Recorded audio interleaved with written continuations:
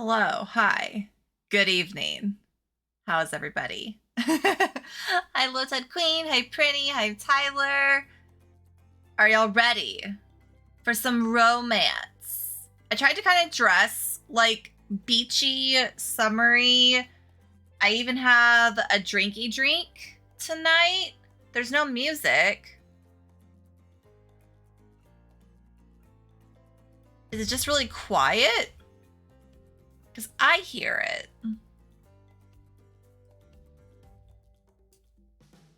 I thought it was a little quiet for me, but maybe it... I was like, maybe that's just on my end. Okay, hold on.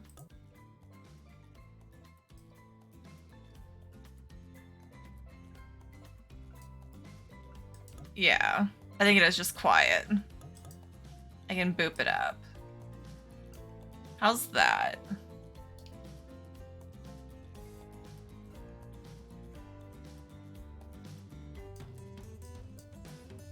And then I turn it down in my headset.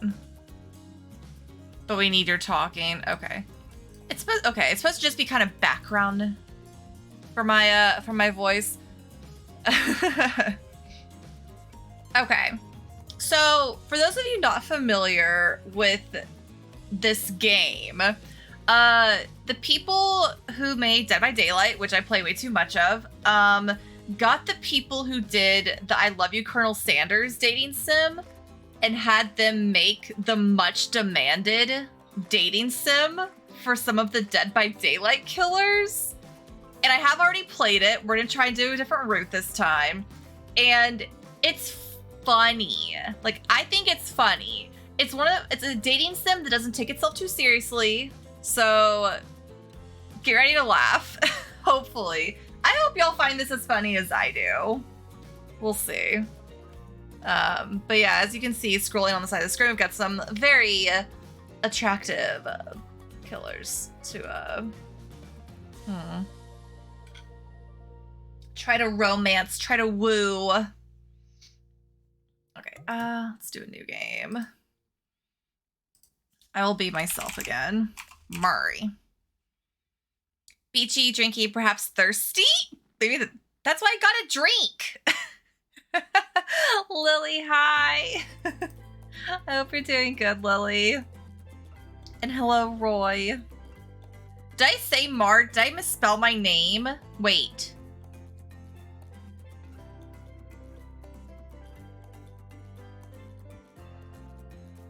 Hold up. Also, y'all have to... There's no voice that... Okay, I am Mary. Okay. No, I am Mary. I'm not marked. Get ready, because there's no voice acting, so I get to be the voices. So, we start off. You wake up on the beach, soaking wet, saltwater stinging the inside of your throat as if you'd nearly drowned. Gonna roll with it like the other night. Water falls from your mouth as you open it to gasp for air. You have no memory of how you got here. In fact, you can only remember your own name, but not where you came from or a single fact about your life. What you do know is that despite the outrageous beauty of the landscape around you, you feel incredibly sick to your stomach. Wow, really went down the wrong pipe, huh? You need a minute, or can I go on? Because I can give you a minute. We've got plenty of time. Endless time, really. And now the ocean speaks. An eternity, if you catch my drift. Probably a nickname for Mark, probably. Whoa, not now, ocean. Sorry. Mary, may I continue? Please go on. Okay, then, as I was dramatic coughing. As I was saying, you look down at your feet ankle deep in the crystal blue water of a newly arrived wave. As the water recedes back into the ocean, it reveals a grotesque discovery. A decomposing face stares up at you from beneath the sand. All you can do is vomit. A stream of dark bile, bugs, worms, and other ick. Questions race through your mind. Where are you? How did you get here? Who is behind this incredibly charming and well-spoken voice in your head? However, answers don't come easy. Your mind is completely blank. What will you do? Let's just leave the face. You turn away from this wretched sight and begin to run, but the beach, it's endless. Despite how far you run, you get nowhere. Exhausted, you stop and look behind you, your footsteps erased by soft blue waves. You turn inland, considering your lack of options. You've got no choice but to walk to the brush. However, the beauty of the beach is not shared by the darkness of the palmy woods before you. There's nothing inviting about the shadowy forest. Terror freezes you in your steps. Why are you trying to run away? This is paradise. You're here to enjoy yourself, don't you know? Have a little bit of fun. Take charge of your own experience. Well, that was sure weird. That voice again. Do oceans normally talk? Your memory isn't right, but you're pretty sure you remember learning as a child that oceans do not speak directly to people in spooky terms. Your mind doesn't have a chance to linger any longer on your current situation as you feel something soft bump to your foot. When you look down, you find a volleyball sitting in the sand there next to you. You stare down, frozen. A voice calls out from behind you. A little help, please? You turn around and you see what's waiting for you. Your jaw just about hits the ground.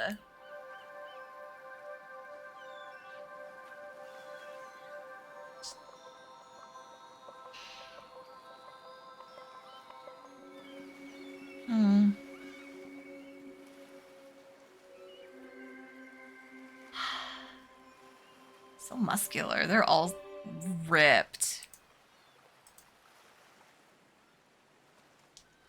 4 gorgeous monsters stand halfway between you and a well-tended volleyball court.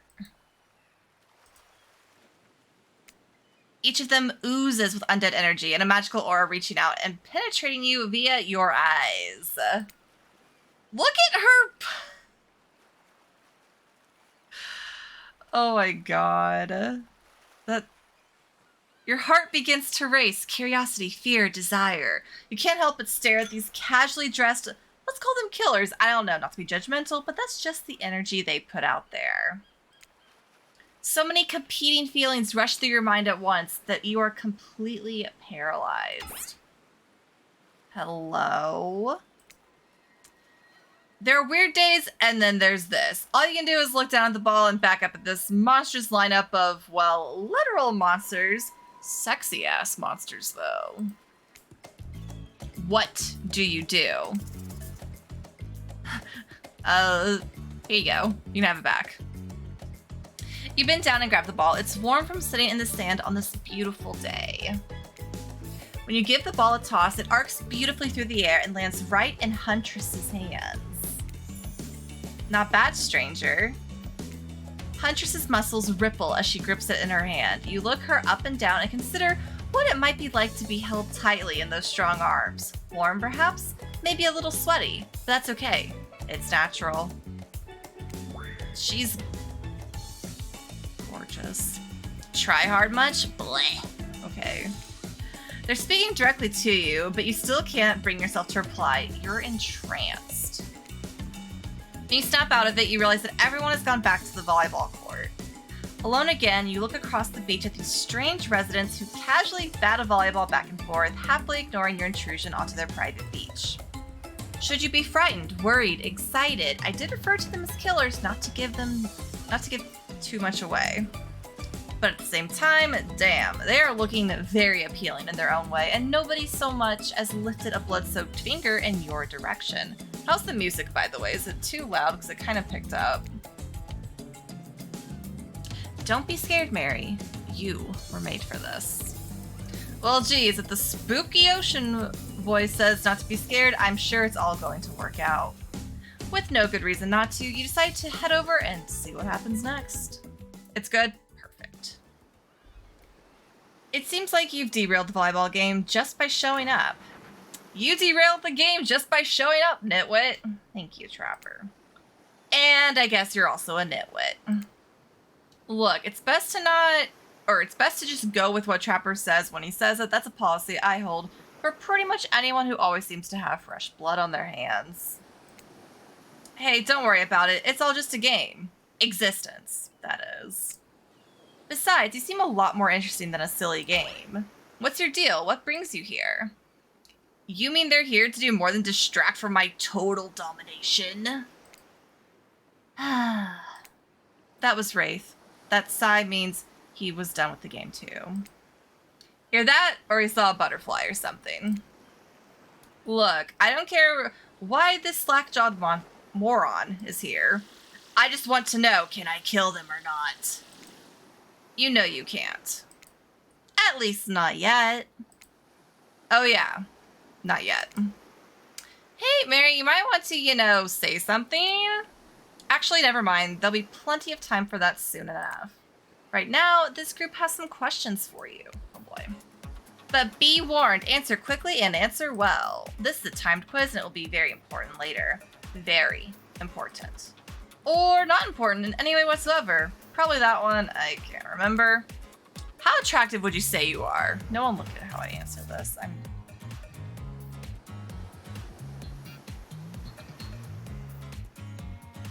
I don't like answering these questions.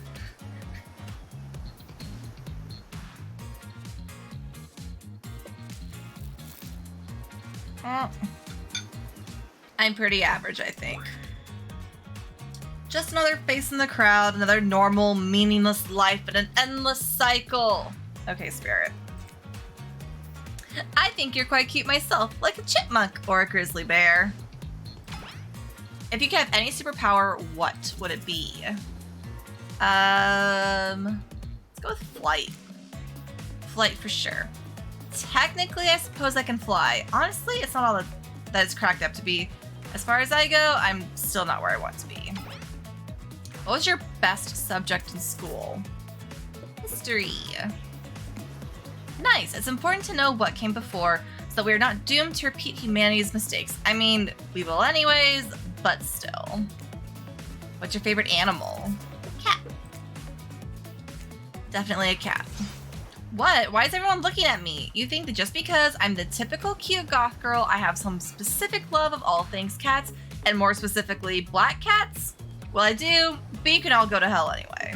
There's nothing wrong with that, Spirit. Calm down. What's your favorite color? Blue. Blue isn't good for productivity. It makes people want to be lazy. Shush. What's your dream job? Not working at all. If we get to do what we really want, why work at all? It takes a lot of courage to break free from society's expectations to climb the ladder.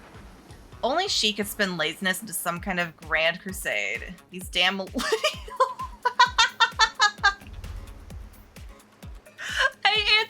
That's a different answer than I got last time because I answered differently.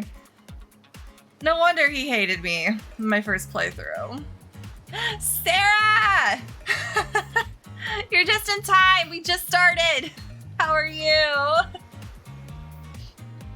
Best flavor of ice cream. Chocolate. My favorite flavor is pain. Same here. Mine is vanilla swirled with pain. I think mint chip is the greatest flavor ever conceived myself, but enough about ice cream, am I right? Hold on a second, that reminds me. I am right, always. It's a lesson you should learn before we go too much further. Do what I say if you want to survive. Pick mint chip. We're teaching lessons now, narrator, you rascal. Kill or be killed is the rule on this island, even for faceless voices. Tell me, what's the best flavor of ice cream? Okay, but I do think mint is, yeah. Not because the narrator tells me to, but because I actually love mint chocolate chip. Best flavor is mint chip. So obedient. I think you're gonna do just fine. Anywho, now that they know so much about you, I'm sure the group wants you to start getting to know them. I'm Trapper. I pretty much run things around here. I'm the smartest, richest, strongest person on the whole island. I don't like losers. If you want to know what a loser is, say hello to Wraith. I really appreciate that Rebecca gave you. Aw, yes! We had a couple of gift subbers yesterday. I'm glad you were one of the people to get one. Enjoy your emotes. Hi, I'm Wraith. I'm nothing like everyone else. I like nice people and loathe big dumb idiots.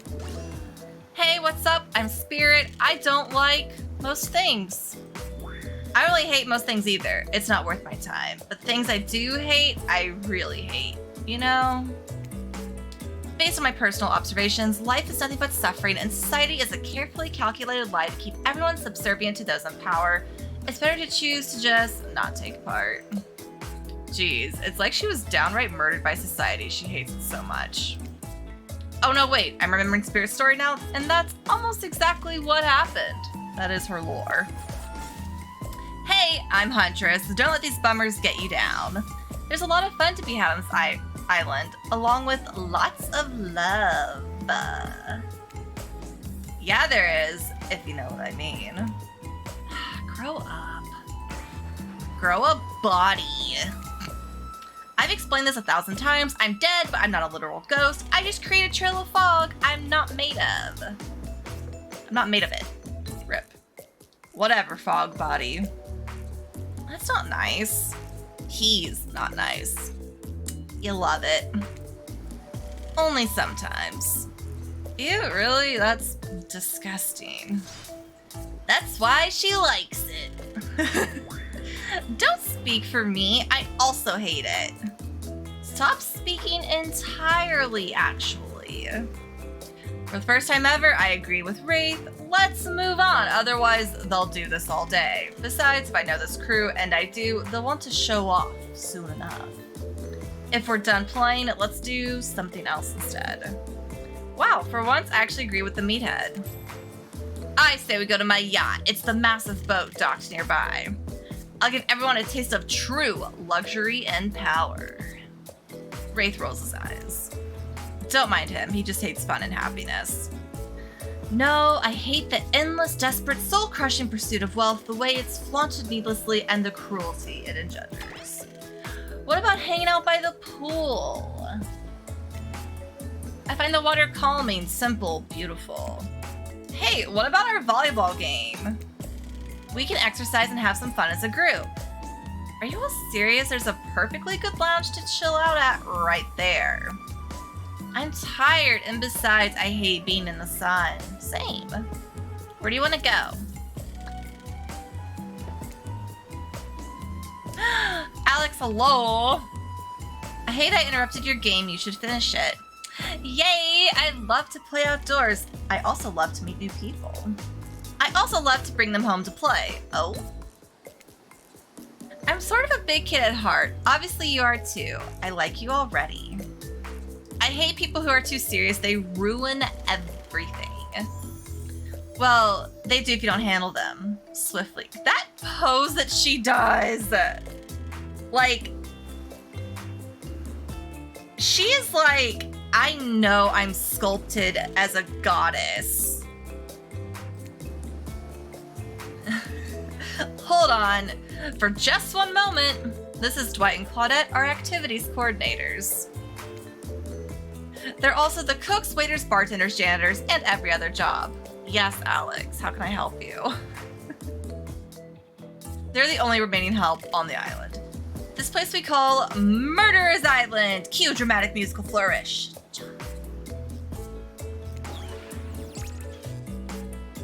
None of the others survived the interview process. I mean,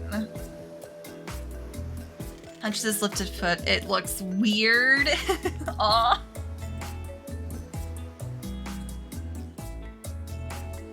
Hence why we shall heretofore refer to them as survivors with a capital S. These two have worked here a long time, so very long, I don't actually know how long it's been. Sorry, anyway, I should probably let Dwight and Claudette do their mandated jobs. They sure look happy, but they're vibrating with a nervous energy that is starting to give me the creeps. We will now escort the group to the venue of your choosing. However, in the future, we recommend waiting for us to present you with your options whenever possible, and don't just run off to various activities unsupervised. We don't have much autonomy around here. Autonomy, yes, words. The least you can do is allow us to do our job. The most you could do is to help us get off this. Dwight! Yes, pardon me. Follow us. Oh yeah, but Dwight looks really cute. Hey, narrator, can I do Dwight? Yes, something I can help you with? These two, Claudette and Dwight, did they just start to mention something about wanting to escape? Is escape an option? Should I be trying to escape? Escape them? Oh, no. I think you're mistaken. It seemed like Dwight was asking for help to get off the island, though. Oh, right, that. Yeah, that's true, he was. But he just meant he wants to get to the other vacation island getaway. A couple miles south of here, it's much fancier. It has much fancier accommodations than this island. It's one of those big corporate outfits, quite exclusive, where all the famous celebrities hang out, very luxurious. Doesn't quite have the charm that this island has, though. Trust me, you wouldn't want to go there. With all that money comes a lot of restrictions. This is where you belong. Now, off you go. It's time for an activity. On this island, your decision matters mostly, when I agree with them. Not like that other island. So, what'll it be? Let's stick with volleyball. Wow, it's so exciting to have someone else into athletics on this island. Oh, I'm not very athletic, actually. At all. Spirit and Wraith are so boring, and Trapper is so predictable, relying on brute strength to win games. He has no respect at all for grace and skill. Thank goodness you didn't choose the yacht. What kind of person wants to be a sitting duck in the middle of the open ocean? You're just asking for a sneak attack from an elk. Out on the open water? Wonder how long it would take for her to bring up an elk attack. Game's starting up again. Make sure you're watching close. She's really something, huh? Elk don't swim. Live in the forest long enough and you'll see an elk swim. Believe you me. Cheer for me, cute stuff. Oh, she called us cute stuff. She called me cute. The killers resumed their place on the volleyball court and resumed the match they were playing before you arrived. Hey, Fancy and Lemonade, I see you working up a thirst, eyeing these bouncing buns playing volleyball.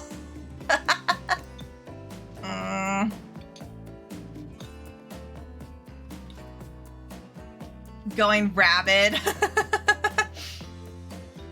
Claudette hands you your lemonade. Oh, so fresh, so tart. She leans in and whispers, oh god, Claudette's whispering in our ear. Who would you bet on to win? Who's the MVP of your little heart? You're nervous. You don't want any of these killers to hear you talking about them. Or not talking about them if they're into that sort of thing. Just pick someone, please. It's not like we've got all day, night, week, month, year, lifetime, eternity, or anything. Who put sand in that guy's shorts? Sheesh. Okay, I think, she called me cute. She heard us!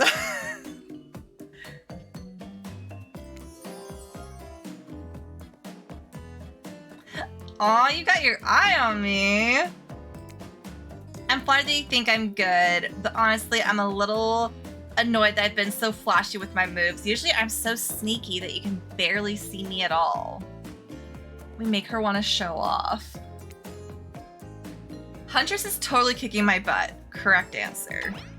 I'm allowed to support the other people on this island, right? Oh geez, I have no idea what the rules are here. Are there even rules? I should have stayed in my secret Larry. My secret Larry. Okay, Wraith. Wow, what a game. It's a tie! Instead of move, I mean... What's the name of the spirit? We're playing a dating sim, Tyler. I mean... you know... I can't blame you. Can there even be a tie in volleyball? No one knows, since this is everyone's first time playing. These killers don't usually have time for team sports amid their busy schedule of brutally tearing survivors to shreds. Hey, is Claudette crying? Are you okay, Claudette? Probably just shedding a tear for her lost fellow survivors. Oh no. You know, this resort had 4 employees when it opened. It's nothing. I'm totally fine. Whatever you say, boss. Oh, look, the killers have dispersed and are cooling down in their own way. Spirit is reading a novel, Trapper stretching sensually in between chainsaw curls. Wraith is standing on the beach, desperately hoping that the sand will swallow him up, and Huntress is doing some target practice with her bloodied hatchet. Why is it bloody? You feel a nudge. Dwight is looking at you expectantly. You should really make a move. Life is short. You could get snuffed out at any time of day. Carpe diem, carpe PM, carpe nowum. Go ahead, chat one of them up. So which killer has caught your eye? Okay, we've been going for Huntress. I kind of want to go talk to Spirit too, though. We're going to talk to the ladies. You make your way over to Spirit, who's deep into a thick paperback novel. She looks up at you. Surprised that someone like you has the time of day for someone like me. Hello, welcome. Skaga, how are you? So, I don't know if you're familiar with Dead by Daylight, but they made a dating sim for the killers in Dead by Daylight because reasons and because why not. So we're playing it. Trying out the new game mode. Ooh, that's right. I think I heard that they it was like a recent update, right, for Assassin's Creed Valhalla. Also keep thinking of Chun-Li to see Huntress. You would go for Spirit? Okay. Yeah, I think we're gonna see if Huntress or Spirit likes us more. It's a roguelite. Oh, that's interesting. I haven't been keeping up with Assassin's Creed. I may have to check that out because I like roguelites. Okay, so narrator says, weird thing to say since you barely even remember what someone you are. So far, she seems like an unpredictable gal, though. Ruby, hello. What are you, thinking about right now? We've got some game, y'all. Vengeance against my father, what else? Just sword out of nowhere. Was reading a book, now she's got a sword. Man, this chick is... Man, this chick is emo. She looks like she'd be great to hang out with at the mall with you and help you pick out a pair of giant ugly boots. Ugly boots? Or like really cute combat boots? Things are getting pretty gothic up in here. You want to run with that or maybe change it up? Sure. Vengeance. I know, my parents really just don't understand. It's like they were young once too, but they managed to forget what it was like. It's so frustrating. I know. Okay, Tyler and Roy have boobs on the brain. Can't blame them. Again, we are playing a dating sim and we do have two lovely ladies here with us.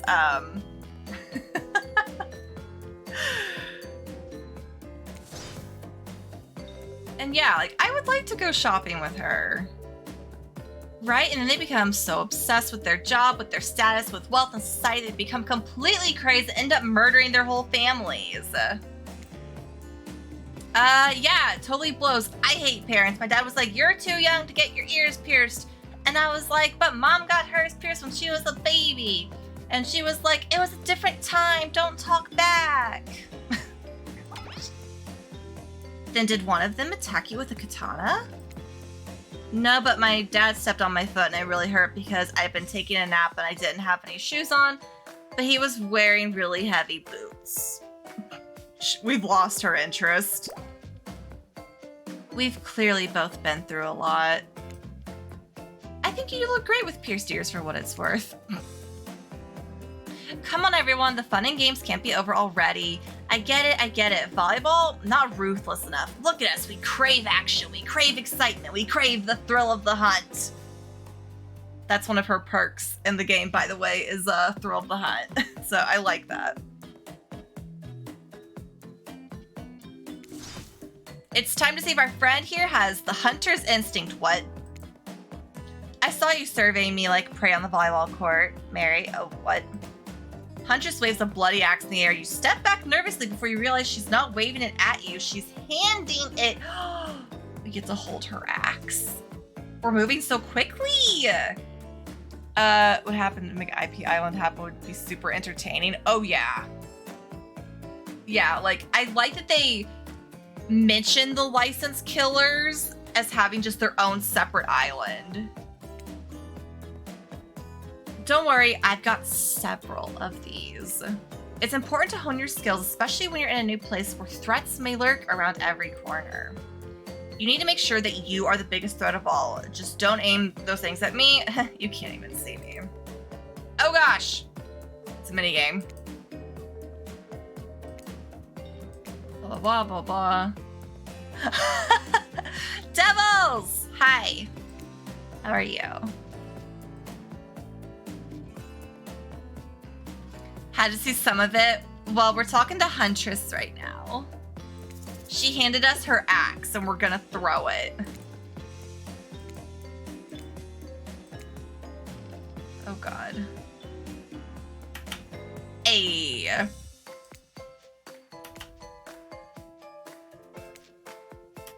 Oh no!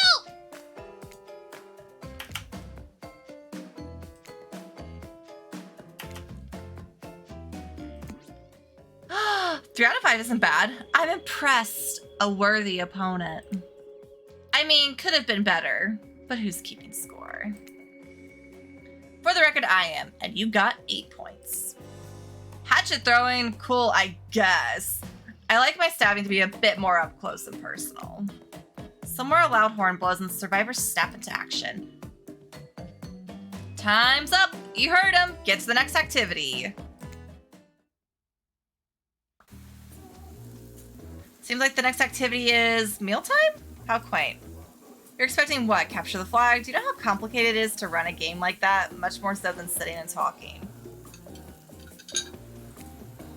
We're expecting some sort of grand hall with a huge banquet.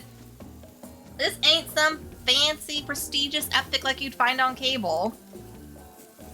Dwight and Claudette usher you to your seat, but there's very limited seating directly around you. And, oh great, terrific. It seems that everyone wants to sit next to you. Even better is that they don't want to sit next to certain other people either. To start, no one wants to sit next to Trapper. Meanwhile, he refuses to sit next to Wraith or Trickster.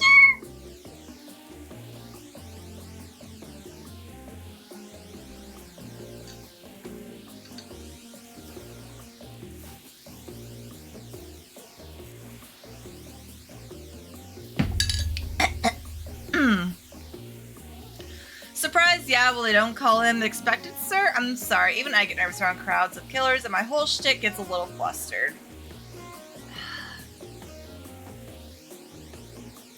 It's unfair. Hey there. You're looking good, Mary. Real good. I hate this. I'm gonna blush and y'all are gonna see it.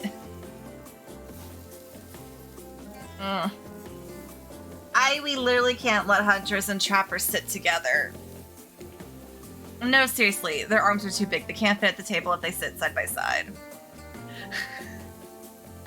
Yeah, yeah, can you... I mean... It's distracting. Look at this. We can't even fit everyone on screen at the same time. You probably think it was an error, but it's not. It was completely intentional. Let that be a lesson to you. Every error you think you see is a choice. Got that? Okay, Dwight and Claudette are directing traffic. You sit on one side, the rest of them will sit opposite you. Huntress and Trapper can sit at the ends of their enormous, sexy arms. Now that everyone is seated, we can begin dinner. Even Dwight and Claudette look super cute. Tonight's meal was prepared slowly and carefully with both love and hate for 12 hours over a spit. We hope you all enjoy. We really, really hope you do. Hey, you didn't actually tell us what we're serving. What are we eating?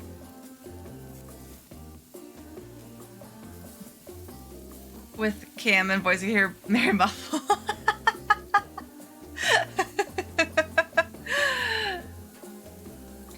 Really? Yeah, she wears glasses. It's meat. Seasoned with a specific number of special herbs and spices that we simply can't divulge.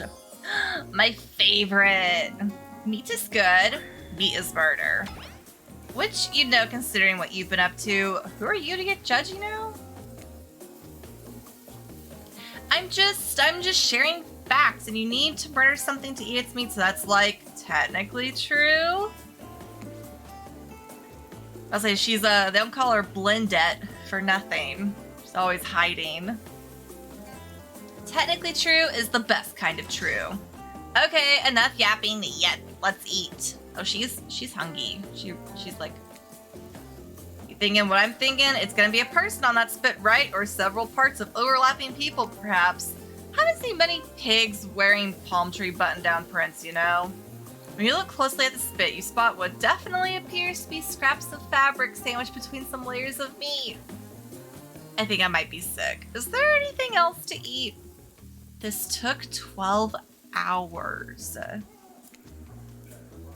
And we do literally everything on this island. Actually, there's one thing you're not doing today. You're not carving up this delectable meal. Wow, he's right for a change, because I am with my broad axe. It's the perfect tool for easily chopping anything in twain. First, who says twain? Sometimes I swear it's like we're all from completely different historical eras. Second, I'll handle this with my cleaver. Fast, powerful, and clean. At least it's clean when the meat is cooked. No blood. You two and your ridiculous bicep swinging contest. Enough. Grow up. Obviously, my gorgeous katana is the only option. Obs.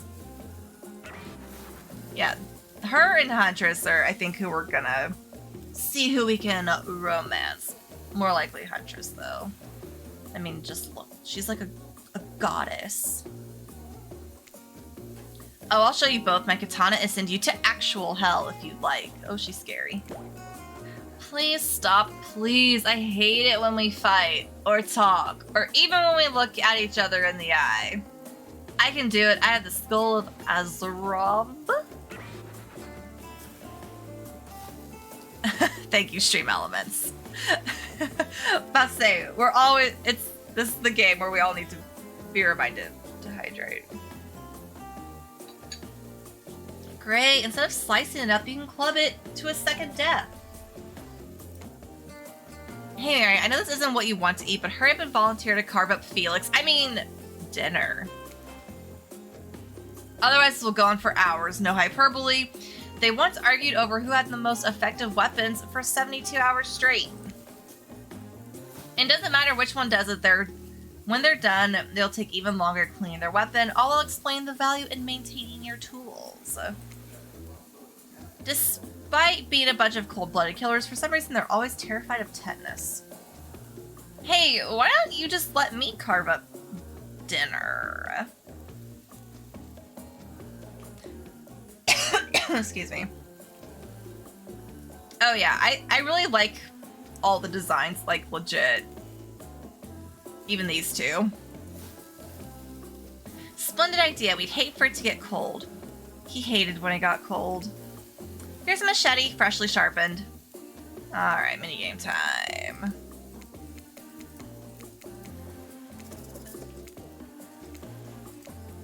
Slice.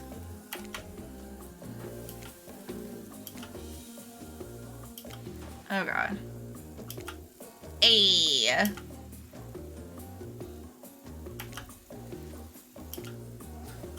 Ah! Rip. That was pretty good. I'd like to see what you could do with a less clumsy weapon. Yeah, I said it. Machetes are dumb. She don't actually like me this time. Dinner is finally served. For real. The sounds, especially coming from the mask killers while they eat, which involves lifting their masks and shoving food up behind them, are nasty. Spirit, meanwhile, doesn't even eat. She's the only one who seems to be really embracing being dead. They're all dead, right? This is obviously hell. I mean, come on, we're still trying to be mysterious here. You think this mystery comes easy? Claudette and Dwight aren't the only ones who've been working their asses off to make this night perfect. Well, at least they're lifting their masks. This is only 99% as disgusting as it could be if they just tried to mash stuff through. Okay. Spirit, why aren't you hungry? The two best things about being dead is not having to eat. That's only one thing. Think about it, Mary. Number 2 is no number 2. One less thing to think about in the afterlife. Even if I wanted to eat, I have no idea what would actually follow. You might have noticed, but I'm mostly just a bunch of dismembered body parts floating in a spectral form. Do you see how deep this cut on my abdomen is? I don't think my digestive tract connects anymore. Between the food and the behavior of the group, this might be the worst meal in history. But even worse is they're staring at you. You're not eating. They don't like that. I think they want an explanation why. What do you want to tell them? Sorry. Doesn't cover the undead, now does it? I know! Maybe they need to release an updated version to include the undead and the ghosts.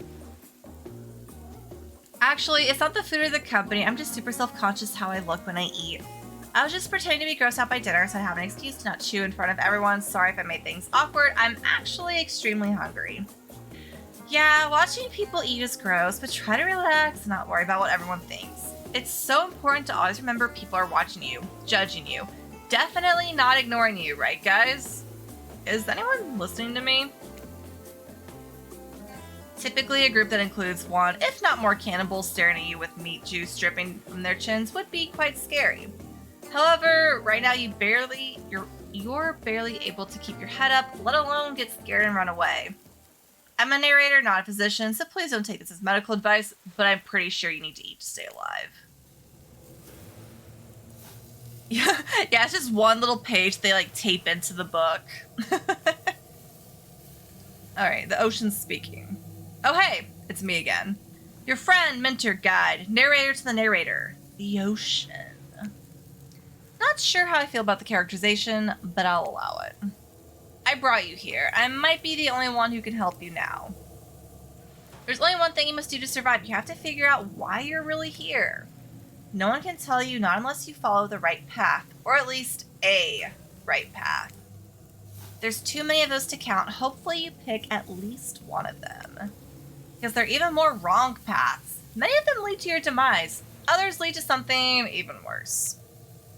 Starting scene's over and having to fast forward back to where you were. Am I right? For this place holds many secrets, even from itself.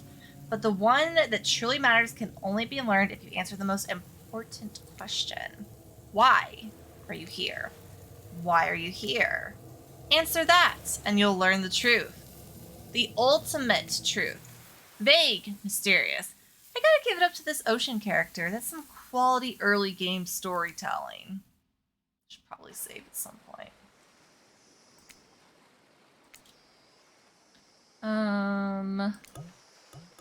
That one's today's. You wake up to find Huntress holding your limp body, gingerly pouring cool water into your mouth.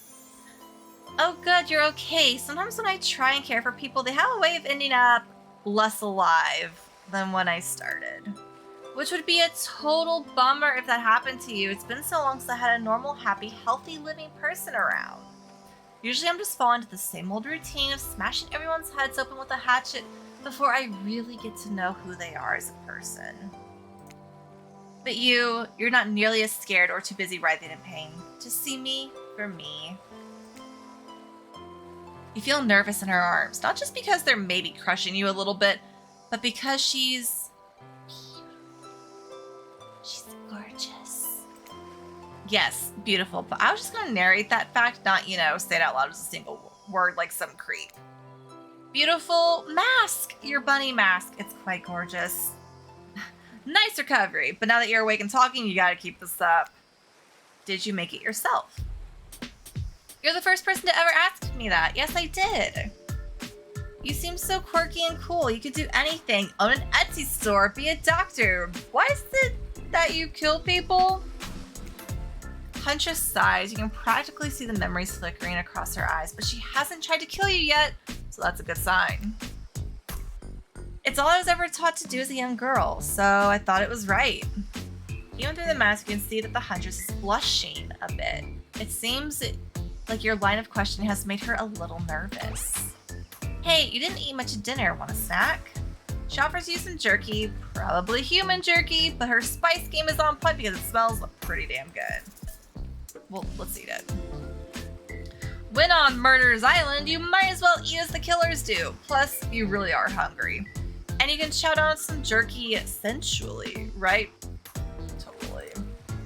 I'd love some. After a moment of quiet chewing on what you choose to believe is not human thigh meat, you decide to be bold and ask another question. Have you ever been in a relationship before? We're just going for it.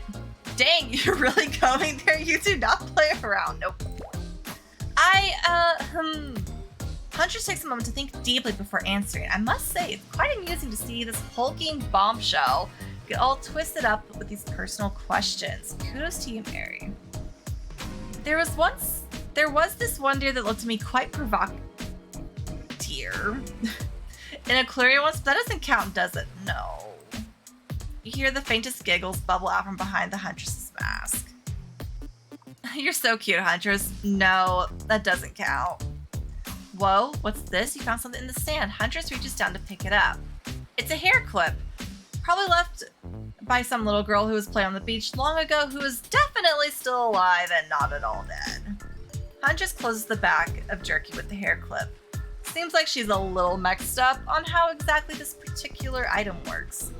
Should you go with the flow or show off some of your knowledge of advanced humanine? We're gonna be a show-off. You silly goose.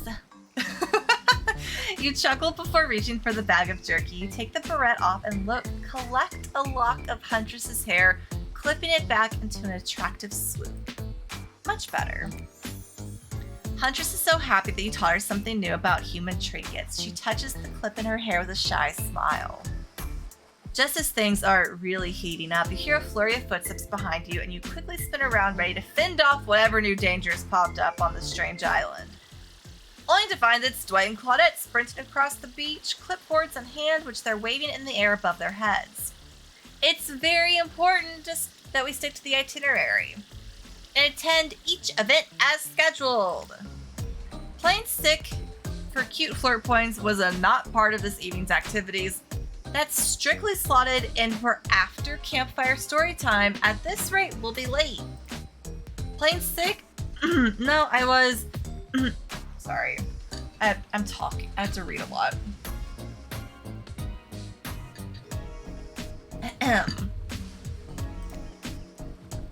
Well, there is, but that's scheduled for after. What comes after the flirting? Go, go, go, go! Me yelling that constantly while actually playing Dead by Daylight. I'm like, go! Go! Go, go, go! Leave! Okay, once everyone is gathered at the fire pit, Dwight and Claudette quickly make an announcement. We're not going to blame anyone in particular, but someone, and we're not going to say who, so don't worry. You hasn't been sticking to the schedule. That means we're behind on time for evening activities, and we'll only have time for one person to share their special spooky nighttime story. Just one story, but storytime is my favorite activity. This is a narrative-heavy experience.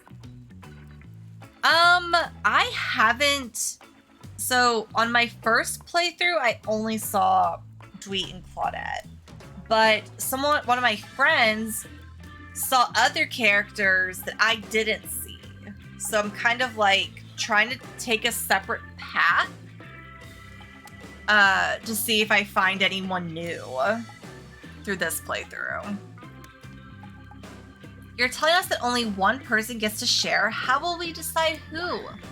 Oh great, we have to decide as a group. That never goes well. Whoever did this, step up now. I swear I won't be angry. I'll merely chop your head clean off. No fuss, no muss. Voice trembling, you realize this is probably it for you, but you embrace your fate. Sorry, everyone. I think they're talking about me, to be honest. I still don't understand how this whole schedule thing works. I guess I lost track of time while I was passed out. Been there before, even though it's taking some pressure off me, which is an absolute dream come true. Is it really fair to pick on the newbie? Seriously, has anything here ever happened on schedule even once? Damn it, Donald. If you try to flex that authority gimmick one more time, so help me, I'll snap your head off so quick, and then I'll drown you in his blood. Cynthia, Fuss and Muss are back on. You two know I love to hack, slash, and slice. We all know you love to kill. It's almost all you talk about. Nobody named any names. Who even knows names? Not us. I renounce my name. Who's Donald? Who's Dwight? Who even knows anymore? Call me nobody. But we still gotta get started on story time. So, Mary, who do you think should go? Damn it, that's a name. Please pick somebody quickly so this isn't a tropical vacation, or so that this tropical vacation doesn't turn into a bloodbath. Huntress. Okay. I choose you, Huntress. Whoa, whoa, whoa. This entire experience is being carefully crafted to avoid an IP infringement lawsuit. Let's be careful with the catchphrases, will ya? Oh. Huntress steps up to tell her story. The campfire flickers in her faraway eyes. There's a village outside the deep and ominous redwood. No child dared step foot past the threshold of thick trees and brush that separated safety from the unknown. Grown men that ventured in would often never return, and the sounds that echoed out into the village were something inhuman. The women of the town told a story to the young children, hoping that it would be enough to dissuade them from curious exploration beyond the boundaries of the village. They told of a creature that lurks in the woods, half woman, half beast, singing like a siren, haunting, beautiful. Her voice, the last relic of her humanity. It lulls all who hear into her domain, and not precocious child nor fierce soldier can escape once you're in her clutches. Those who've seen her say she wears a mask of hair stained with blood of so many poor souls. The hatchet she wields has been brought down brutally on the skull of many unsuspecting hunter. The nightmare doesn't end there. For what's a hungry beast to do in the frigid winters with nothing but hunter meat to live off of?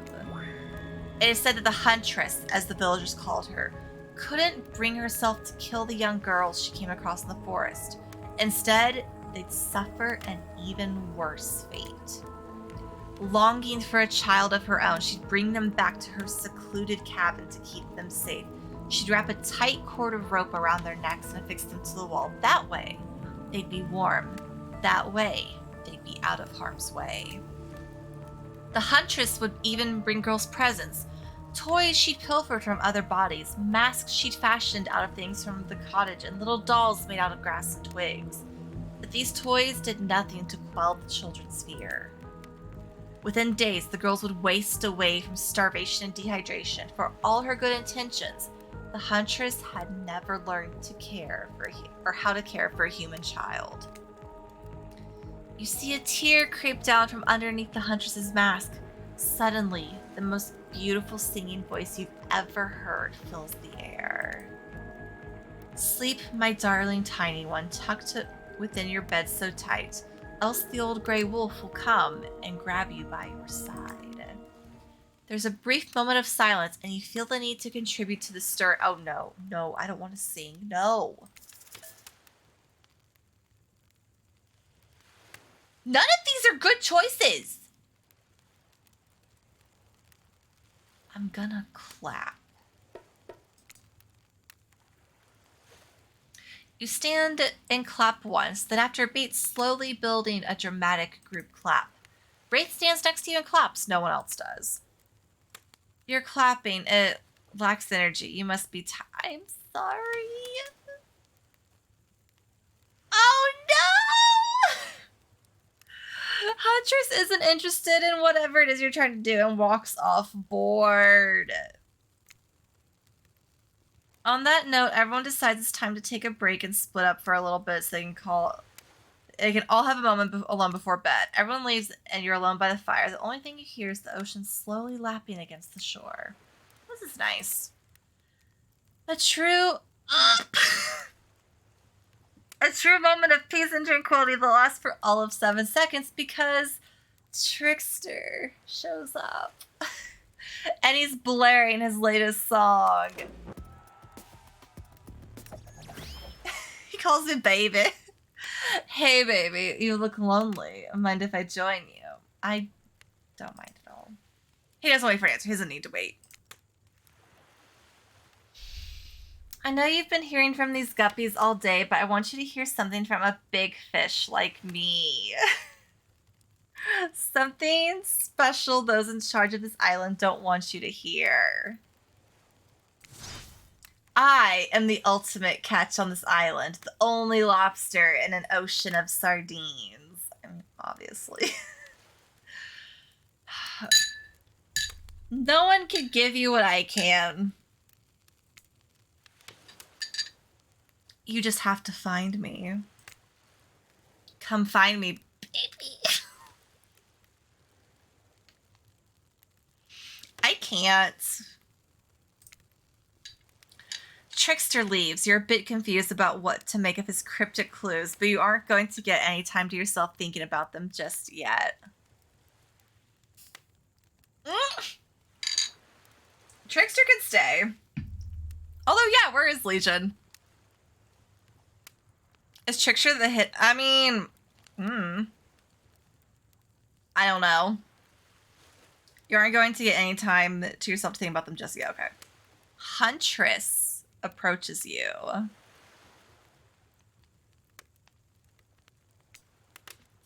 Of course you'd like my story. Who wouldn't? It had everything. Cute kids, dead men, a huntress. I find that all stories are better with the sound of burning fire filling the air around you. Oh, hello.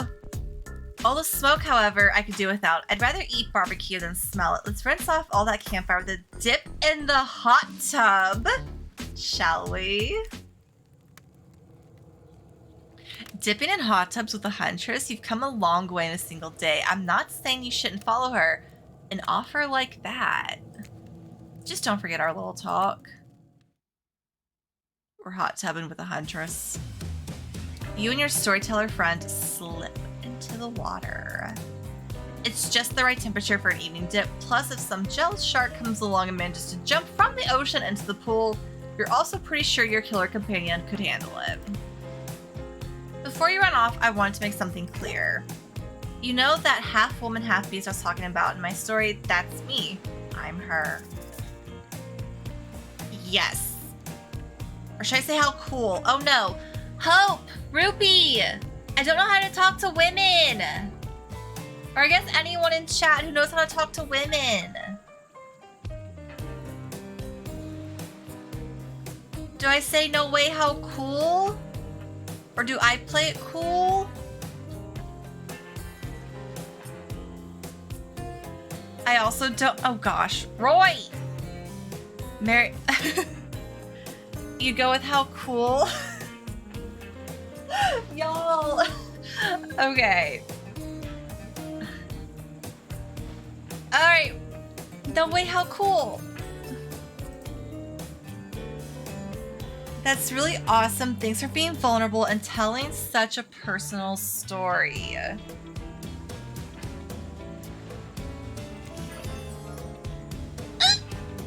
Bo shyly twirls her hair.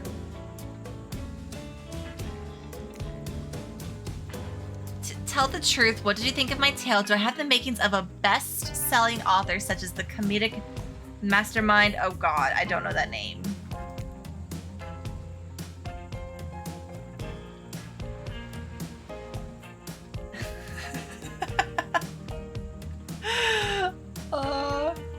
Sorry, I'm not Sylvain. Roy, we need Sylvain. Boom, I can charm and kill it. You're gonna do great at this game, Devils. It was a really well-told narrative, clear beginning, middle, and end, riveted from the start. Plus the woman in the forest, I mean, you are clearly not a true villain. You were just a traumatized child. Oh, do we really want to answer that? Okay, now you're just being a suck-up. I'm fine with that.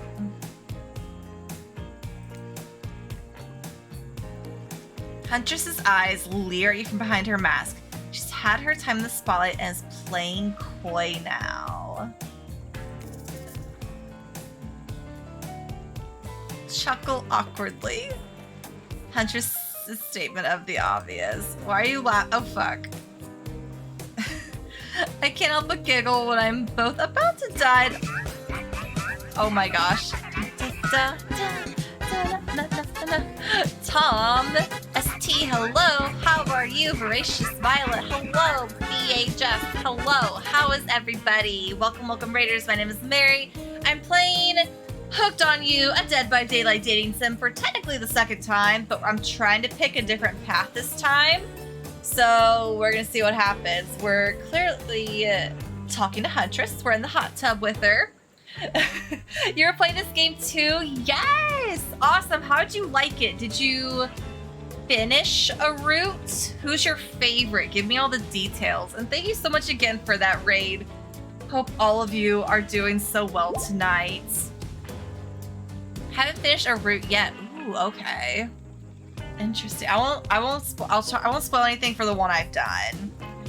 It really is. I was telling people before I started playing today, I was like, it's the kind of dating sim that I like, where like it's really funny, it doesn't take itself too seriously. It's very aware that it's a dating sim.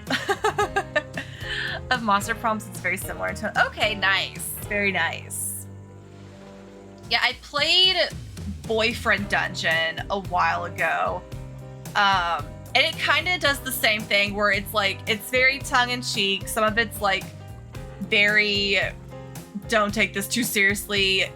Boyfriend Dungeon was so good though. I wanted it to be longer. Like, it was short, sweet, to the point, but I was like, I wanted more. And the writing in it was like, chef's kiss. Yeah, I'm about to say, I think there is a DLC coming out. Is it out now, though? Oh, did I miss that? All right, we're gonna play Boyfriend Dungeon again at some point. All right, so let's see. You can't believe how awkward this intimidating woman seems right now. It's actually pretty endearing. She's... Oh my gosh. Okay, you notice the temperature has dropped significantly despite your steamy company. It's a little chilly and your bare shoulders must be freezing. Let's head back to the fire and put me to bed. Oh, hello. Oh, Claudette and Dwight are interrupting our moment. Voices the axe. Oh, what? Nice. Very nice. That's something I am missing from this game. I kind of wish there was like a little bit of voice acting. Just a little. Not that it's always necessary, but you know.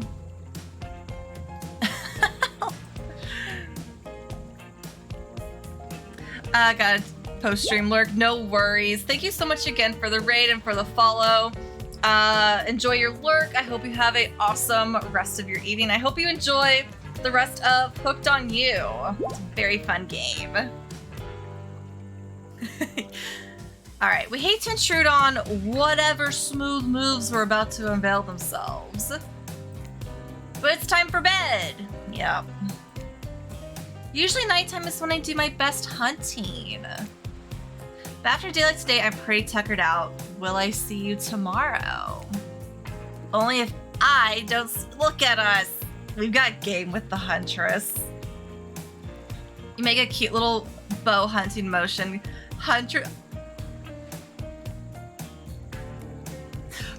You make a cute little bow hunting motion. Huntress catches the imaginary arrow you shoot in her teeth and then bites down hard, snapping it in half. Oh my gosh. At least you think that's what she's doing? It's kind of hard to tell.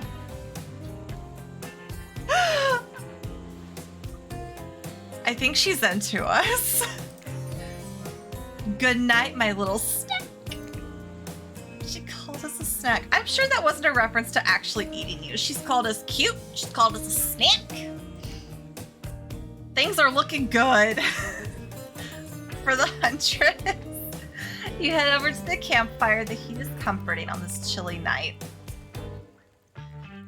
Looking into the crackling embers, you think about the Huntress' story of the half-human beast that abducted all those innocent children in an attempt to save them that led to their doom. Are you a mistaken prisoner here on this island? Is this your salvation, or will it be your demise? I mean, I'll be her prisoner. I'll state that right now. Before you can dwell too much on your fate, Claudette and Dwight arrive. Their now familiar, creepy smile stretching from ear to ear. It's a bit menacing to see a smile like that lit by firelight.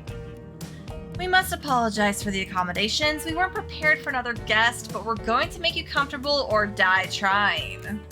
They hand over a pillow and a blanket and welcome you to snuggle up by the fire. Perhaps some music will put you at ease? Just try to keep the volume to a minimum. Our other guests aren't the types who want to rob of their beauty sleep. Okay.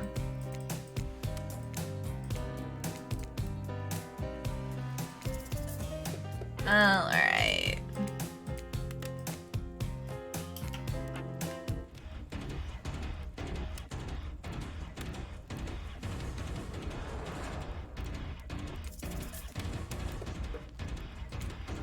I like that.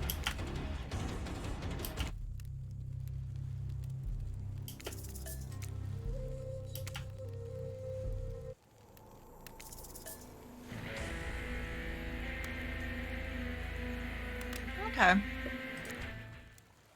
No matter how many things you listen to, you still can't sleep. You decide to ask one of the killers to spend a little more time with you until you're sleepier.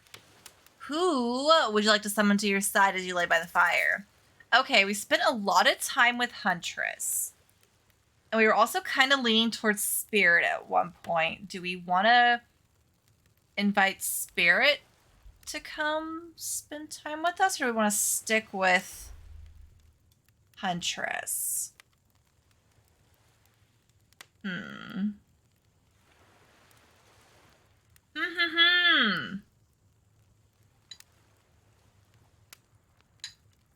You know what?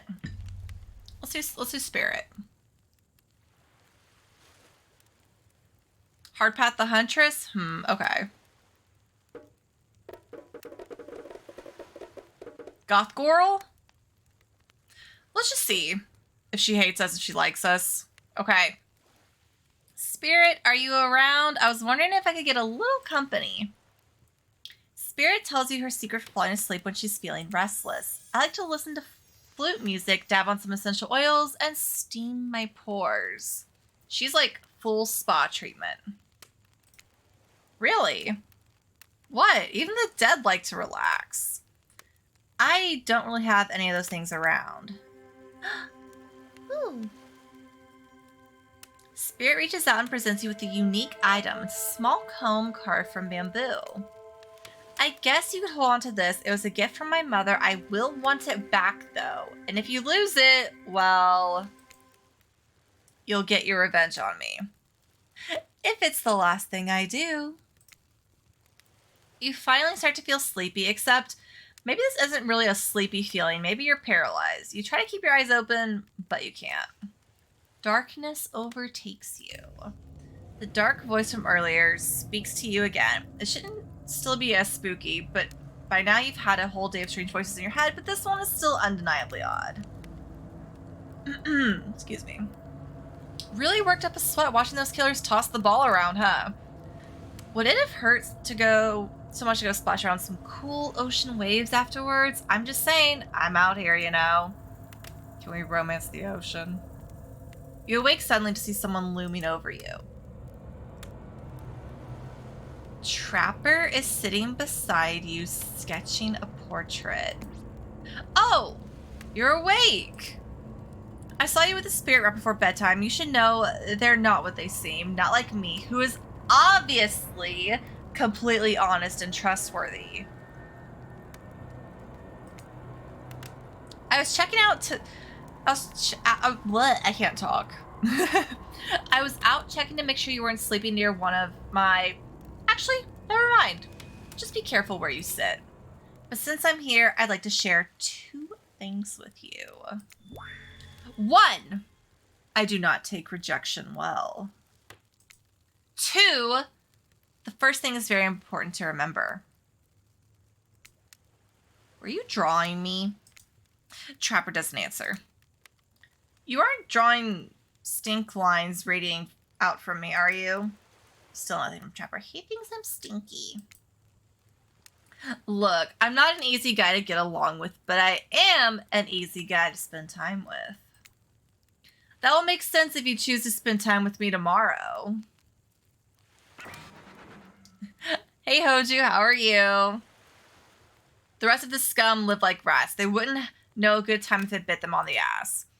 I mean that literally. Point is, if you select me, you're in for a day of luxury, extravagance, and fun. Yes, I said fun. And if I don't pick you, remember what I said earlier, or it might be the last thing you ever forget.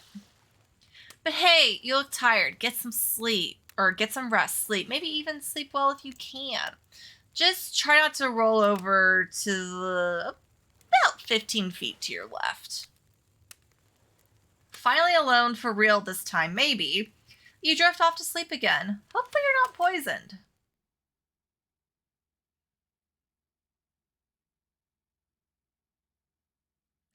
Now I'm scared of Trapper. I know, I'm like, okay, but Huntress really likes us. Wait a second, where are we? This isn't, oh geez, it is. It's one of those reality show confessional rooms where all the contestants talk directly to the camera. I think today went really well. These were some of my first interactions with someone who isn't a parent that didn't end in bloodshed or untimely perishing in my Russian cottage. So I'm counting today as a win no matter what happens. What do I think of the newcomer? Do I have to say? Oh, I do. Okay. Attractive, mysterious.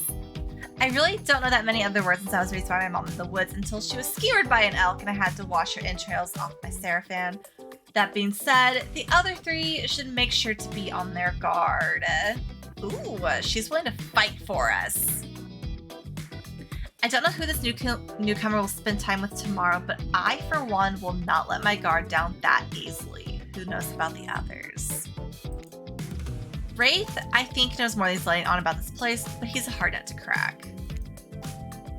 Meanwhile, Spirit is just screaming all the time. Major buzzkill. And Trapper, ugh. Where do I even begin with Trapper? He's buff, sure, but daddy issues much? Sheesh. Oh, he's very buff. Look, I don't need anyone. I've been perfectly fine on my own since my mother died. I eat a fine diet of raw deer, bear, and human, and I'm fit as a fiddle. Could you not eat human, though? That being said, something about this newcomer makes me think that I might be missing out on some huge part of this thing called life. This is weird. I don't care enough to kill this person, but if anyone else wants to, I don't care enough to stop them. Might just have to kill Dwight to feel anything again. I'm not really sure how I feel about Mary. On one hand, everyone I've ever cared about has met an awful fate, so it's probably good for Mary that they just keep ignoring me. On the other hand, there's something about them that maybe could work out for my plan, for me.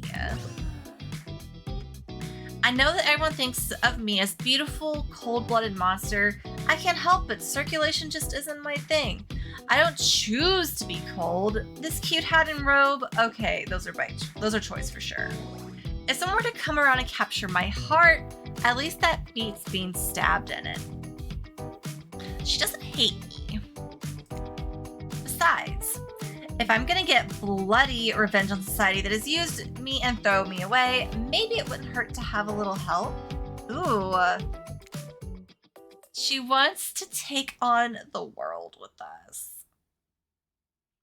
I hope they do Hooked on You cosmetics. So if you link the game to your behavior account, you get a skin for Jake for some reason.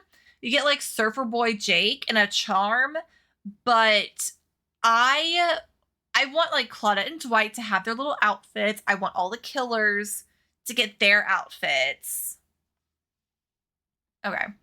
You open your eyes, the sun is shining, there's not a cloud in the sky, and you feel great. Totally well rested. You're not even suspicious of the fact that you fell asleep by the campfire but woke up several yards down the beach. Wait, are you on vacation? Was yesterday nothing more than a strange dream? No, not a dream. You're definitely... Alright, you are really... I can't read. You really are here for another day. Why? I have no idea. You're obviously a weirdo. Speaking of weirdos, I see the rest of the gang is hanging out on the beach. This is definitely not a dream. I wouldn't rule out a nightmare just yet, though. At least they make for a sexy bunch, no? And talk about sexy, here comes Trickster carrying coffee. Morning, beautiful. God. I thought you might like a nice cup of joe to start this incredible day off right.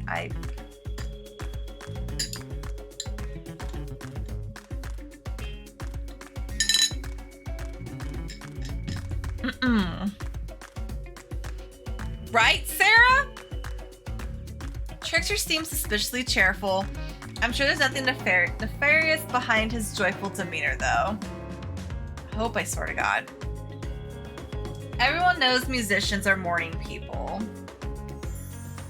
I also want to wish you luck today. Today is an important one. My only regret is that I won't be a bigger part of it. Budgeting issues. Also, I'm just swamped with engagements, especially on the other island. Trickster winks at you. If you want to ask him how to reach the other island, that was the time. Never mind, he left.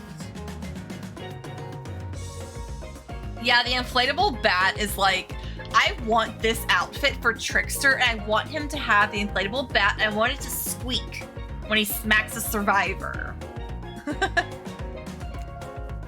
Well, at least he brought me a cup of, no way, don't drink that. What the hell was that? They don't call him Trickster because he's good on a skateboard. And he definitely didn't get the name because he brings people drinks so they can have a good morning. That was almost certainly not coffee, and I don't want anyone casually poisoning, imprisoning, and torturing you yet. This is supposed to be a tropical paradise, the type of place you give a 5 out of 5, 10 out of 10, 2 thumbs up, review 2, not an eternal prison of pain. And please make sure to leave a review, it helps with the algorithms. Just trust me, I'm looking out for you. So can we please move on? Hey, wait a second. How did a possibly omniscient, possibly unreliable narrator physically just knock that coffee out of your hand? This is not Parliament, and the floor does not recognize the ocean to speak out of turn at this moment. I need no recognition, for I am the ocean. I dominate the land. I submerge those who defy me and become their watery grave. Actually, speaking of graves, I would like to say something of grave importance. Fine, go ahead. Even if this place is an eternal prison, and I'm not saying it is, even a place of extreme horror can still receive a 5 out of 5, 10 out of 10, thumbs up review if it was crafted with love, and or that's the type of thing you're into. Excuse me. You know, the ocean is right. A lot of hard work goes into a place like this. You should really judge it on the artist's intent, and whenever possible, start from the mindset of giving them the benefit of the doubt, constructing these elaborate simulations. Vacations is not easy to do. Or at least like the inflatable weapon sound. Oh yeah, the little, like the hull. I know what you're talking about, like the hollow, like, bump sound. Sometimes there's some small bugs or inconsistencies, but that's just the nature of the process. Perfection is overrated. The universe is filled with mysteries. We ought to celebrate those who venture to bare their souls as part of a creative process with the ultimate intent of making things for our enjoyment, not be overly critical of them. Are you two trying to sell me on this place actually being good? You don't have to say it like that, especially after I saved you from that poorly made cup of coffee. I would have drank all of it. Sorry, we should have been here 5 minutes ago. They always do this on the second morning. Sad, really. Even if they do make some great points. Oh, sure, they make great points. I agree. Can we please move on? Yes, of course. Apologies, Mary. The last few minutes aside, have you been enjoying your time here on the island? Yeah, lovely. If I were to summarize my time here, I'd call it a lovely time. We got hearts with Claudette and Dwight? Oh, lovely. We love to hear that. Because isn't that what this place is all about? Finding love. No. Dwight, stop it. Shut up, Dwight. You'll get us killed again and again and again. We do need to ask you one more question, though. We all had to sign away our rights to say anything negative about this place. Oh my god, Automod hates you. I'm sorry. Maybe. I'm willing to find out. Would you please sign this agreement? Yeah. Yes, I'd hereby agree to participate in a verbal contract saying that I, Mary, will never say anything negative about my stay here on this island. Perfect. Delightful. Excellent. Yes, yes. Hey, Mary, it's still totally cool if you have constructive feedback. The place to leave that is in a positive review because we all know that nobody reads negative reviews of games. Resorts like this. Anyway, I see Dwight and Claudia have gone into a trance, and with the grumbling I'm hearing from your belly, that can only mean one thing. Breakfast.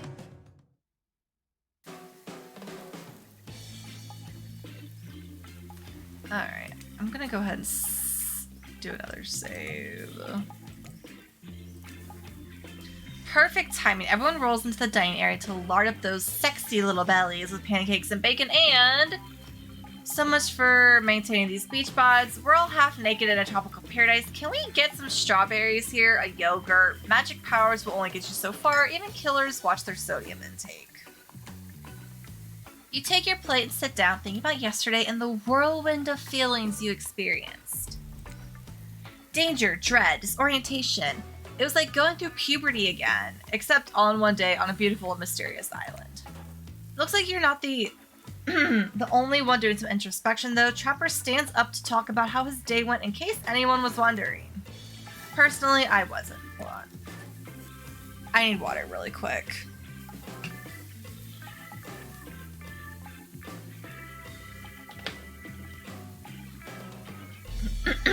Excuse me. I can't imagine you make me... What? I can't imagine you could make me any angrier today than you did yesterday, but I really hope you do. I really, really hope you do. Unrelated. Anyone seen where I left my cleaver? We have made him mad. Ha! Just kidding. I always know where my cleaver is. Well, that was Cesar. Back to your breath. Nope. Now Hunter steps up to talk about her feelings. I feel stirring inside my animal heart, something I've never felt before. It's almost like the feeling right before I go in for the kill, but softer, warmer.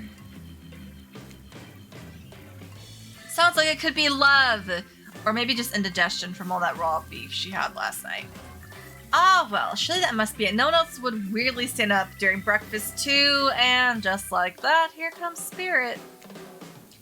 Did everyone sleep well? I did, or should I say, did not. I haven't slept in 20 years on account of the whole burning quest for familial revenge thing, and last night was no different. So in that case, it was exactly how it should be. Got a lot of reading done, though. Now, if you don't mind, I'm going to go back to quietly resenting being trapped here with you all while looking cute doing so. Hold on.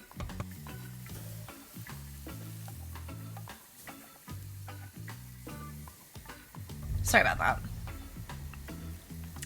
Guessing Wraith has had enough time to work up the courage to speak in front of a group. Perfect. There he is. Take us home, Wraith. I'm glad the introduction of Mary to our island paradise, and yet that was in quotations, didn't distract me from my normal routine, ignoring all of you and vice versa. This is an eternal prison of suspicion and suffering, and no one cares. I'm still the only one asking any questions. I'm asking a question too. It's when will Wraith shut up? And now they're all looking at you expectantly. Wait, are you supposed to stand up and explain how yesterday made you feel? I think I need to process everything by myself. See you all soon. Damn, what a power play. Keep them wanting more. You're getting good at this game. Sexy, true to life experience. Shame you didn't get to eat breakfast, but so be it. Wait, I get to eat? Why? After breakfast, you head to the hot tub by yourself to clear your head. Yesterday was, in short, a lot. Before you get there, though, something catches your attention. It's the trickster again. Hear that? Who? Are you addressing me? Well, yeah, I guess. That is okay, right? You know, I might be pursuing a relationship with one of these 4 fine killers, but it feels like the person I'm getting to know the most is you, narrator. I'm getting a voice in my head. It's only okay in so much as it serves to illustrate that you've lost your mind, seeing how I'm not real and all. Yeah, I heard it this time. I think it's coming from behind the bullshed. No, stick it in there a little more, a little more. Oh yeah, that's it, yes! Claudette, how does that feel? Intense. Nice. Yeah, that feels right. This is uncomfortable. Devils is so concerned right now. Now, once you take that and put it right, yeah, you know what I'm talking about. I can't do this. I'm gonna blush. Just like that. Exactly like that. I'm sorry, pretty! I swear I had no idea these two even do, whatever it is they are doing. I'm afraid to look. Please say something so they know you're close by and can hear everything. Wow! Look at this super cool bottle of Trickster brand suntan lotion someone left on a chair. Anyone know where I can buy some? Damn it. Oh, come on. A little privacy, please. Dwight is panting and Claudette has a crazed look in her eyes. Sorry, I don't know how else to let you know I was here and that I could hear, well, you know. Know what? What do you think we were doing? You were doing, I don't know exactly what you were doing, but it sounded like, fun?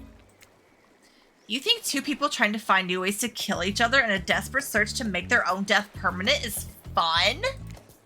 Oops. We get 5 minutes to ourselves every day. We spend it hoping if we stab each other in just the right spot, we won't get resurrected. I've come to believe that the key is finding the exact place we need to bleed out from, and I believe that place is our appendix. Why else would it be there? Makes sense to me. Did you actually think we were... me and him? Dwight? You don't have to laugh that hard. They get it. Claudette's just like in tears laughing. My life is a nightmare, and yet somehow it's never been worse than right now. Okay, but Dwight is a cutie. I'm just saying.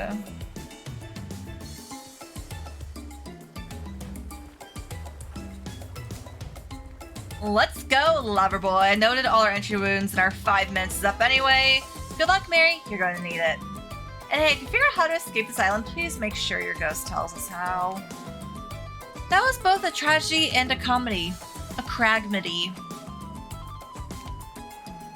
Every time they die in DBD, they're basically tired of being alive. I mean, after a few rounds of DBD, sometimes I'm tired of playing the game, but I still keep playing it. So, mood. Okay, shut up. I like it. Anyway, where were we? Oh, yeah. You're heading to the hot tub by yourself to clear your head. Yesterday was, in short, a lot. So far, today has been exhausting, too. But you're dedicated to achieving a true centered sense of calm. No drama, no bullshit, just soaking up sun in a heated pool. Today, you're on a date with you. Oh, I like that. I want to be on a date with me.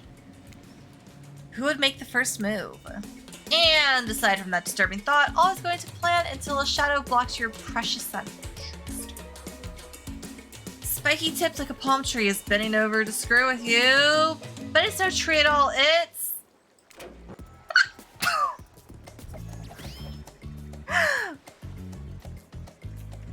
Hey, babe. I can't. Every time he appears on... I know certain moments he's going to appear, and every time I'm still just like... I'm sorry, y'all.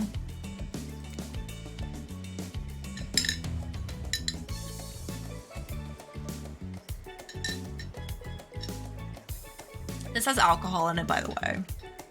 I made an actual drink for this.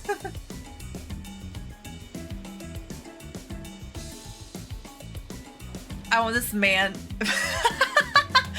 Alex is like, I can't censor myself. Breakfast was weird, huh? Everyone just getting up and announcing how they're feeling. What's that about? Some force kind of checking with the group? I don't like it. Fishy, kind of lazy. Yeah, you're right. Whatever though, breakfast is dumb. No one should eat before noon or after 4 p.m.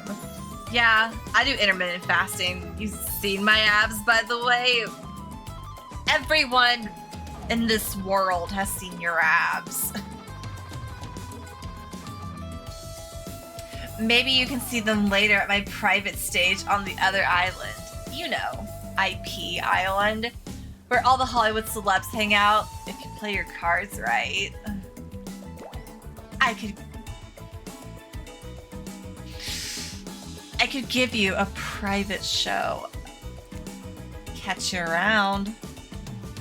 His abs are pretty amazing. You gotta give him that. And the blow up bat, threatening but adorable, makes for an interesting silhouette. Genius design. He's a psychopath, just like the rest of them. You don't gotta give him anything. And we're not best friends. Just because we had a little talk about doing a little talking, it's not an open invitation to go smashing the fourth wall every 5 seconds. Enjoy your lurk, Lily. Okay, now that the guy is gone, we've got some ground rules established that we're definitely going to abide by. It's time to lay back, take some deep, slow breaths, and... Nope, another shadow. These people will not leave you alone. Let's see who it is this time. Ah, yes, Huntress. That makes sense. You two have gotten pretty cozy.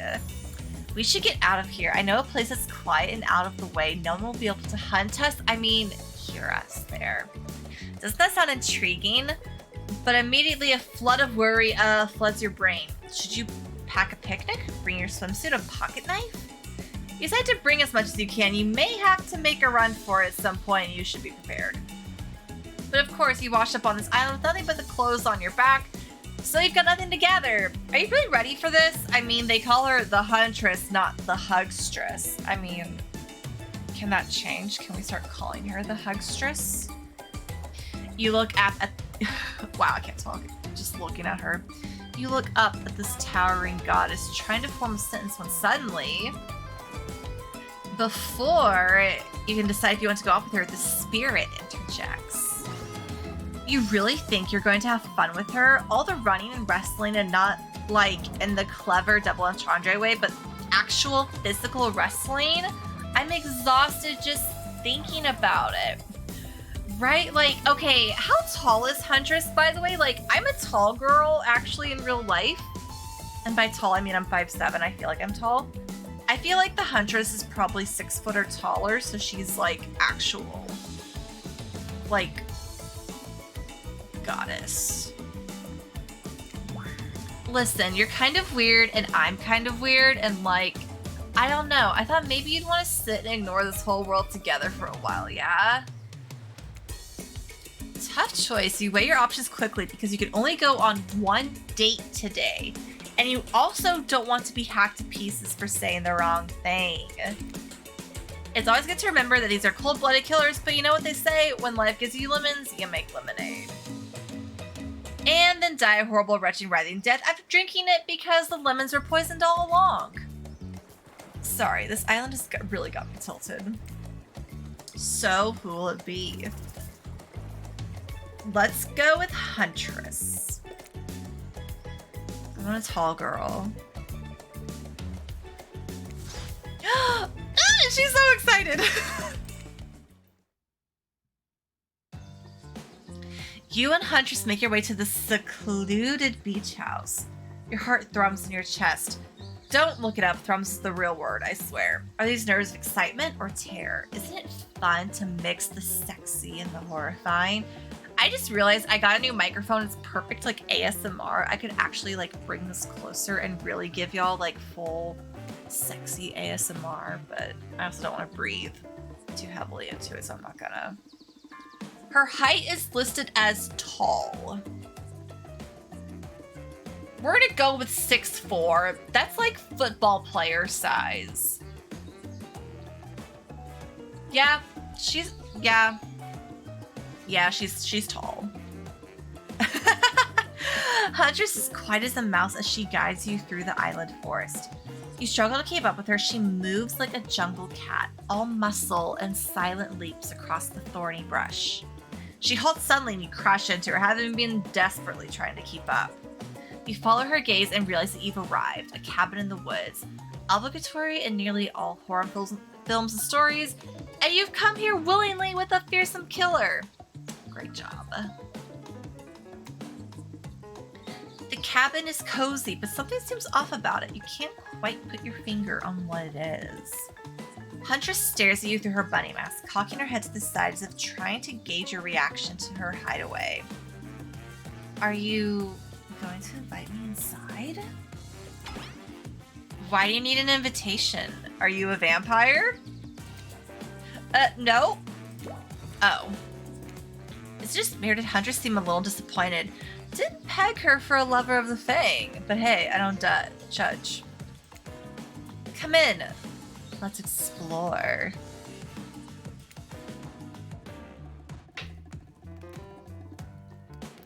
Rez is 5'11". Oh no, she is not 5'11". We are giving her the full 6 foot. Oh, I know the wording of that. You follow her inside. It's creepy, rickety, and definitely not up to code, but has a certain homey charm. You're quite the decorator. She blushes. Indeed she is. A chandelier made of bones hangs delicately from the foyer ceiling. A collection of trinkets lines the mantel. Something tells you that the people who once owned these things are not of this mortal coil anymore. Could you be the Huntress's next victim? Do it. I don't care. The thought gives you a wicked thrill. Hey, she's looking at you again. What do you think of my collection? I love it! I could certainly learn to like this. The whole place is quite tactile. There's so much to look at. The organized chaos makes me want to craft things with my hands. I knew you'd like it here. You have the eye of someone who appreciates fine stolen things. Stolen? I can't wait to go treasure hunting with you. We could find so many more goodies on the island. But first, what do you think of the other killers on the island? I mean, Trickster is pretty out there. He's also pretty damn hot. But everyone else seems like they have interesting backstories and whatnot. What's this? Okay, so she is on the taller side of the killers. She's taller than Trapper. Ooh, taller than Mr. Buff Boy. We like it. We like it. A little gossip, huh? What are you playing at, Mary? Huntress considers this for a beat. She seems to have two modes, thoughtful and explosive. You hope to never be in the splash zone when the explosive part emerges. Why? Are you jealous? Before you can answer, the house begins to shake. Huntress loses her balance on the termite-infested floor and falls into your arms! You are not mad about it, but before you have time to enjoy taking this moment in... Oh no, it's an attack! A horde of killer crabs invade the crevices in the poorly constructed cabin. They race at you and Huntress in swarms, clacking their razor-sharp claws at you. You must act quickly. What will you do? Grab a weapon. You quickly reach out and grab it. I have no idea what this weapon is. A knife off the wall. Being the highly educated person that you definitely are, you know that a shasta is a Russian sword, not an umbrella or a can of cola or something else like that. Back to back with Huntress, you both hack away at the attacking crustaceans. You manage to slay the majority of the killer crabs. The ones you miss go scurrying back into their hidey holes. Huntress turns to you with a gaze that's full of passion and intrigue. However, before it bubbles over, she looks away, suppressing this feeling. Is she nervous?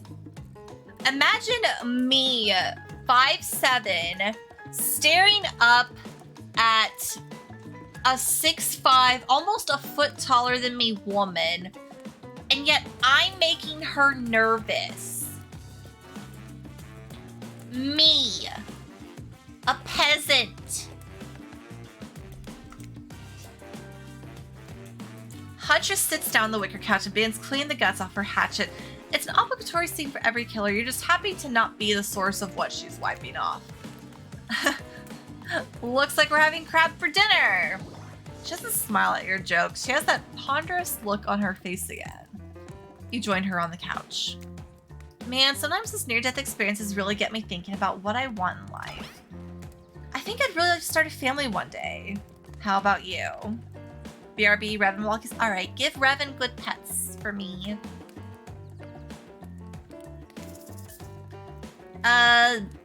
With the right person, I'll start a family. Maybe one day with the right person. I mean, it's a life-changing decision. You have to make sure it's right. Oh yeah, Roy, you're really tall. I forget how tall you are, Roy.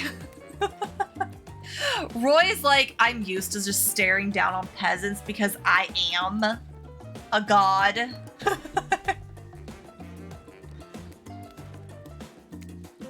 Huntress smiles coyly. A good answer. You never know what kind of weirdos are out there. What were you like as a kid? You try to imagine this giantess as a meek child in a puffer coat wandering about the forest. Huntress chuckles, her laugh quite cute and soft. I was so innocent. We hunted to survive, then went back to the cottage and Mother would tell me stories and we'd drink tea and imagine a life far away from the woods, somewhere like this. I suppose I finally achieved what she always wanted from me, but since coming here, something feels off. It's beautiful and warm and everyone is so attractive, like thirst traps galore. Tell me about it. But don't you get the feeling that something is coming for us? Oh no, she's on to you. But on to you about what? Swirling memories rush through your head, nightmares, visions of a dark cloud, Claudette and Dwight's vacant stares that belie some sort of hypnosis. Quick, validate her theory or try to push it off. Yeah, totally. I think you're onto something. What do you know? How long have you all been here? Do you remember anything at all about why we might be here? I've been having these dreams, seeing things. I think we are all serving some greater purpose here. Huntress reveals a strange object that she stole from near the stage where Trickster performs. It has some strange symbol on it.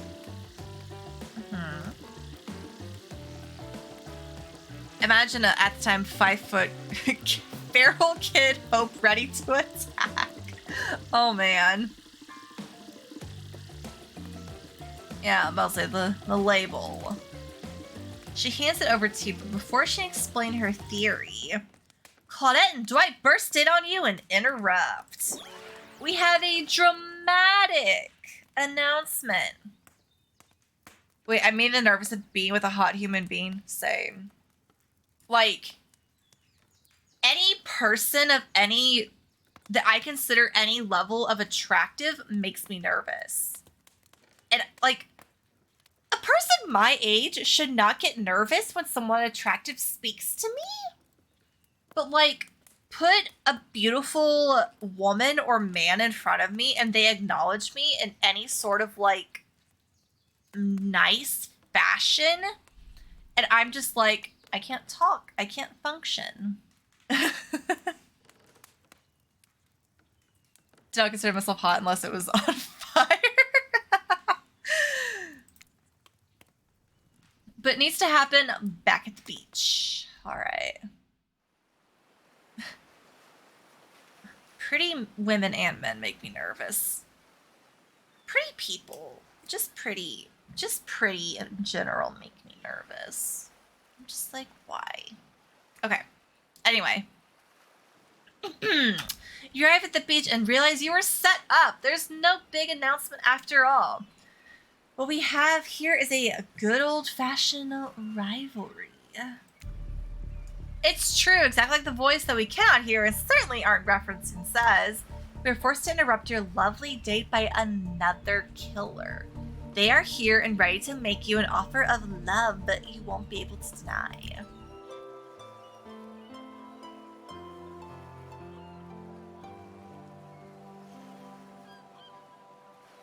Trapper emerges from the water. Is he in slow motion? He's pure thirst. He's Paul Newman on horseback. He's Denzel on the cover of GQ. Manliness brought to life. I thought it was going to be Spirit. Also, was he holding his breath under there this whole time waiting for his cue? That's commitment to a bit if I've ever seen it. Heard you spent the day in a quaint cottage. That's cute. How about a quaint mansion?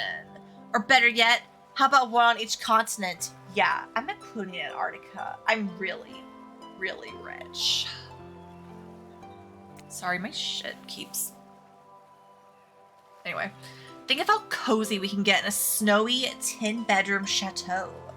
One of those pools that is half indoor, half outdoor, but nice and warm throughout.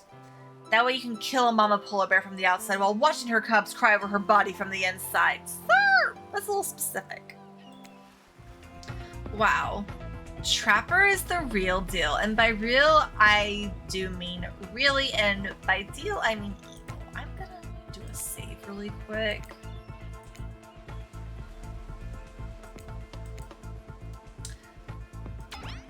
Because, okay, he said he doesn't take rejection well.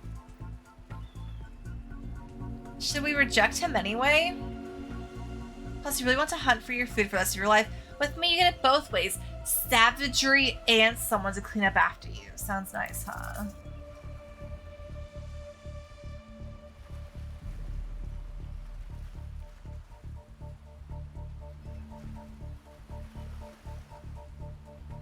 Reject him? What if he kills me? Okay. If I die, it's your fault. Bunny Mom, we're sticking with you. Ugh, as if. That life isn't for me, bro. I'm very impressed that you can speak with implied quotation marks. Very cool. This guy's a total... This guy is a total douche nozzle. Try hard much? He likes the turn of the century Pacific Northwest version of Wall Street Bro. Trust me, tracks. Patrick Bateman with a huge chip on his shoulder. You wouldn't go with him if he were brandishing a cleaver at you. Oh shit, he is.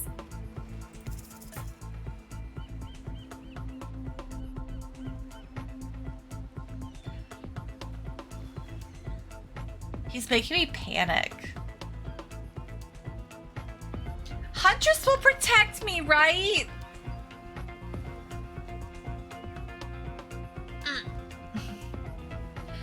Thanks, but no thanks. Thanks, but no thanks. I'm into a quieter lifestyle. I relish my independence and don't need someone to wipe my butt for me. You run back to the huge arms of the Huntress. She hugs you tight. So tight, you think you feel the life leave your body for just a moment, but it hurts so good. There, I leaned closer to my microphone for that. I hope you like that. You know what? I'm impressed that you stood up to me. I appreciate someone giving me their totally honest opinion. even if that opinion makes me want to carve out your liver. And the butt wiping comment, that's not what I meant by clean up after you, but I'm hiring someone to do that for me the moment I get home. Trapper leaves you, and you turn to the Huntress walking in slow motion back into the water. It's pretty weird. He's walking back to the water. He's just gonna stay in there all night. He can drown. Shall we continue our date? We're not dead yet! Huntress leads you back to her cabin. You thought you'd remember the way, but it's like the forest has completely changed. Nothing is familiar. Better not get lost out here. Can you believe that guy? Classic Trapper pulling a move like that. I'm so glad you chose me, though. I don't think we've explored all there is between us yet. She winks, a bunny-masked eye, and scoops. She picks us up? Scoops you up onto her. This music, by the way, is very mood-setting. Huntress runs through the woods with you, piggyback riding her. The wind ruffles your hair. Animals clear a path for the mighty woodswoman as she races by like the lead from the famous teen. They're making a Twilight reference! As she races by like the lead from that famous teen vampire drama in that one scene where he calls her a spider monkey. Huntress doesn't call you that. We're her spider monkey, though.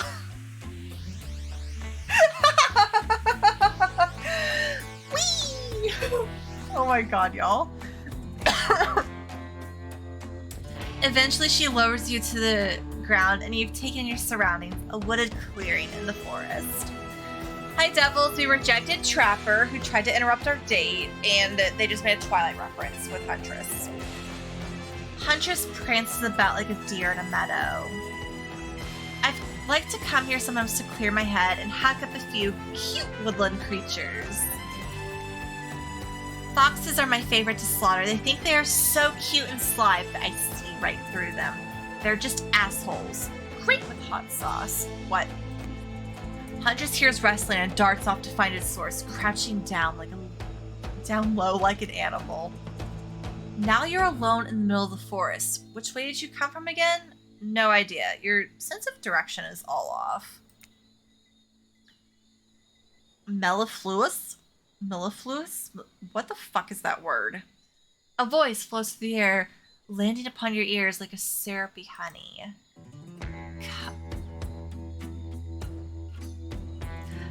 Come find me.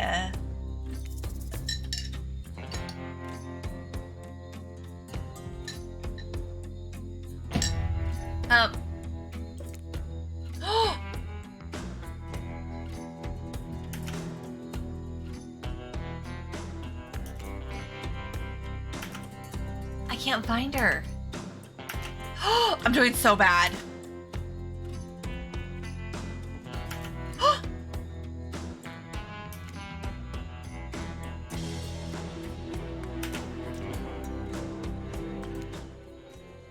Tag.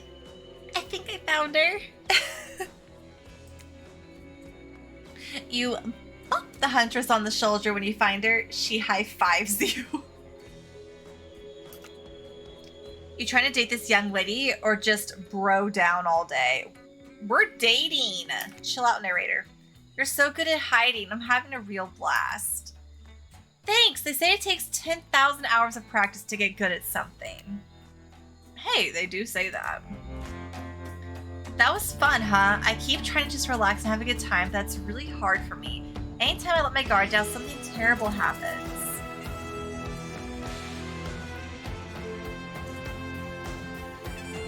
I can't say that.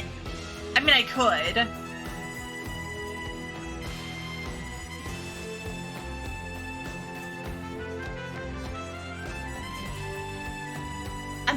I'm gonna say, like, what?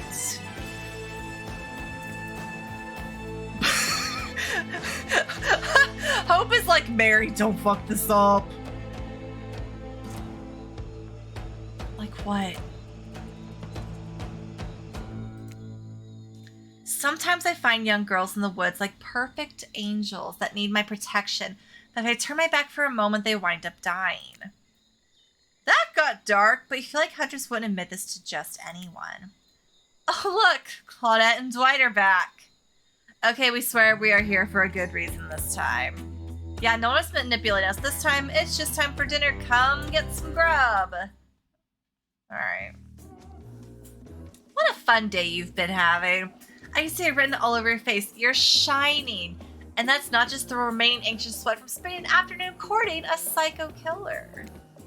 No, you are really feeling this whole romantic experience. Don't worry, I'll keep your dirty little secrets. But enough, gentle ribbon. It's time to get back to business. All the appetizing singles have arrived for dinner, including Trickster. Wraith is here too. We're not going to do the gag where they cram them all in one scene at the same time again, so just believe me, they're all here, and they're just as sexy and demented as you remember them. With your love on the line, everyone is being very careful not to offend you by saying the wrong thing. Congrats, by the way, on getting this far. I'm as surprised as you are that these four are falling for you. No, not because of your personality, because I just met you yesterday. However, since Wraith seems like the biggest long shot to end up holding onto your heart, he throws caution to the wind and speaks up.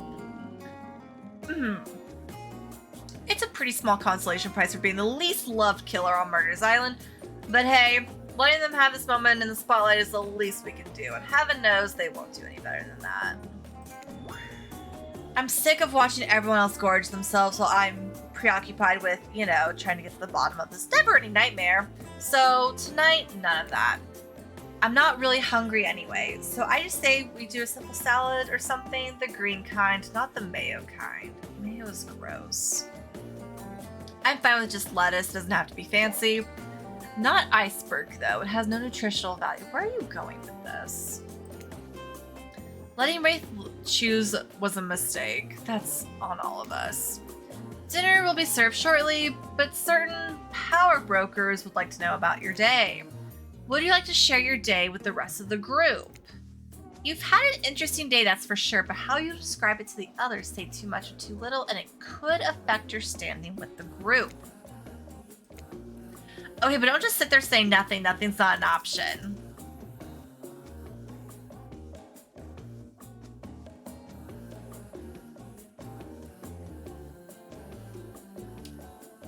My brush with death. We're not going to joke about having kids because she seemed pretty serious about the kid topic and I don't want to make her mad. Today was nuts. We went to Huntress's secret cabin and killer crabs attacked us. It's true. I'll fall asleep tonight to the delicious sound of crunching crustaceans. That would never have happened on my yacht. I grind them up. Much more satisfying way to kill crabs. At least those kind of crabs. I have a little comb for the other kind. Crap. Oh, indeed.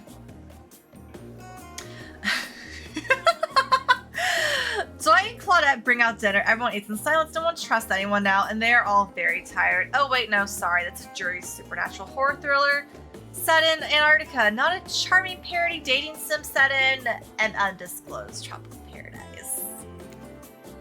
Bony appetit. Don't you eat bone? No. Almost everything we serve has a lot of bones in it, even the vegetables. Impossible to avoid on the island. Everyone eats without speaking. Tensions are rising, both of the sexual and deadly variety. When everyone finishes, Dwight and Claudette come back to clean up the table. They linger around you as they pick up your plate, take your napkin, and dust crumbs off the table.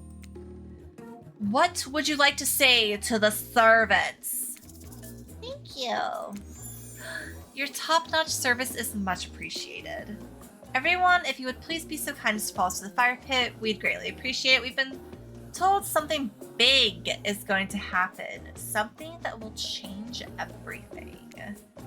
You can go willingly or you can go unwillingly. You have no choice. Tough cookies. Did you have a choice on how you said that, dweeb? Yes, and I immediately regret how I did. Good. Something needs to change around here. Fire is rebirth. Fire illuminates the soul. I hope the fire isn't too smoky. Smoke hurts my eyes. I have pretty sensitive eyes. I'm also horribly afraid of it. The fire, I mean, not my eyes. Because of childhood trauma involving fire. Poor Wraith. And everyone starts moving towards the fire pit, if only to get away from Wraith's complaining. Poor guy. You take a seat on a comfortable log, feeling the fire's heat against your skin, and wait for the other killers to take their places, wondering who will want to tell a story this time. Will narrator tell a story? I bet they've got a stunningly creative mind. Hey, you think? Are they allowed to simply place thoughts in my mind like this? Doesn't seem fair. Everyone makes their way in, but something unexpected happens. Nothing happens. Something almost always seems to be happening here, so nothing is probably not a great sign. Hello? Oh, cool, and now everyone is looking at you. So, do something. Should I pick someone to tell a story? Do we play charades? Boggle? Well, we were actually thinking, why don't you tell us a story? Wraith points his spine skull stuffed thingamajig at you. You duck out of its way. Who knows what that thing can do? Probably shoots lasers. Try not to bore us. We're just very interested in you. Don't speak for me, Huntress. Now, you can't tell if you're warm from the fire or if it's your nerves heating up. I know that the fire is right here, but maybe if we stop talking about it all the time, we can start to pretend it's not here and doesn't, threaten to burn us alive. He's not supposed to hear me. Get out of here, Wraith. Mary was about to make an important decision about storytelling. Telling a story or not. Fine. Sure. I'm game to tell a story. He's here. I hope it's a mystery. Okay. None of these are a mystery. I wanted to tell a mystery for Trickster. Romance. I'll tell a romantic story. About two lovers who take poison together and die foaming at the mouth. Or about two strong hunters who meet when they both try to bludgeon the same wily Wolverine. Not quite. It's about my parents. They met at a party in college. He was hosting. She'd been dragged there by some friends. They couldn't have been more different, and yet, as the night went on, they were drawn to each other. She made fun of his taste in music, and he took an interest in her major, women's studies. They were married within 2 months. Bit soon to know if you can trust someone, don't you think? It's so sweet. Exactly. I learned a lot about love from them. If you know, you know. Some people don't need years to get acquainted with their partner. Love could spark from a mere look across the campfire. Now you've got their attention. Each killer is furiously attempting to catch your eye from across the fire pit. Except for Chip, who has wandered over to the bar and is loudly playing his own music on headphones to join you. So close yet so far. Okay, that was not a very good story. I don't mean to insult you, but it was actually quite bad. Sorry, but this narrator keeps it real. We can't just end there. So, who else would you like to hear a story from tonight? Miss Australian, hello. Welcome, welcome. We're trying to date this beautiful woman right here. You look from killer to killer, trying to decide who might be the most entertaining. Okay, we already chose Huntress for a story. We're gonna choose Spirit this time. I suppose I could tell a story. I don't really want to, but anything I say is sure to be better than whatever you got out of anyone else in this group. Like all good stories, I stole this one from someone in the past who is dead now and can't do anything about it. This is off to a great start. It's called The Bride. Technically, I suppose, the fiancé. One winter, a young couple decided the next spring they would be married. The two were madly in love. They could not wait for the snow to melt so they could join in matrimony and unite their souls for eternity. Give me 1 second to take a sip of water.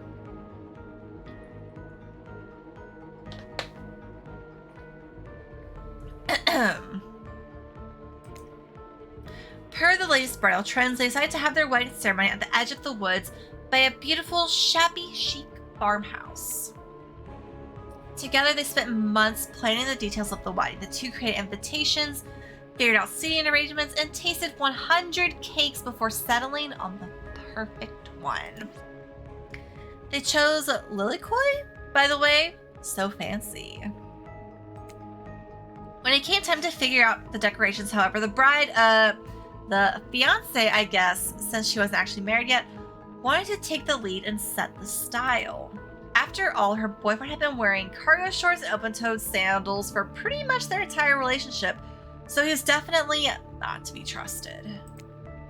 Having decided on such a lovely natural setting for the ceremony, the fiancé decided that she would create a unique floral arrangements for the local wildflowers that surrounded the farmhouse.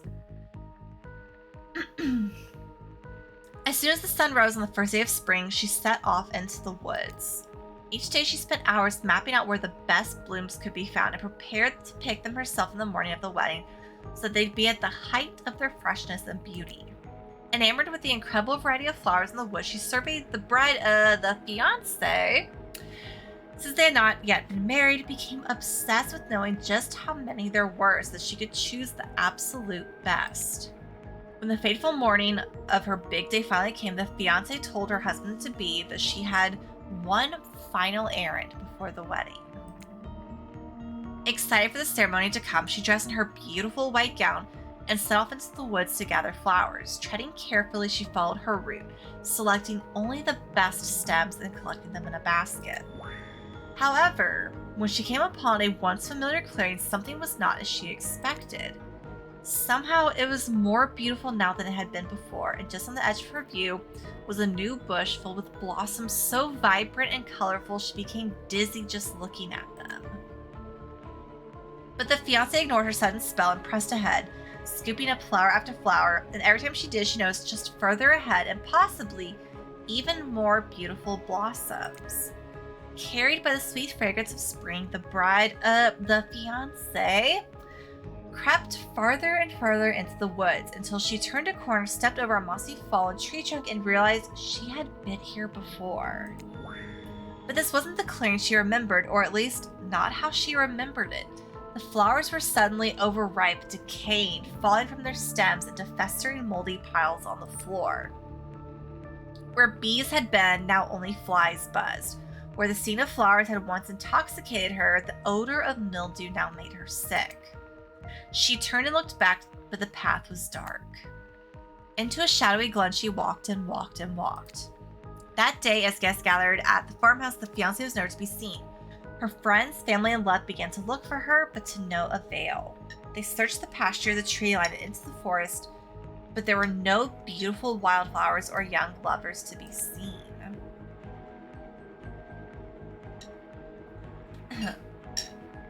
Hold on, 1 second, y'all.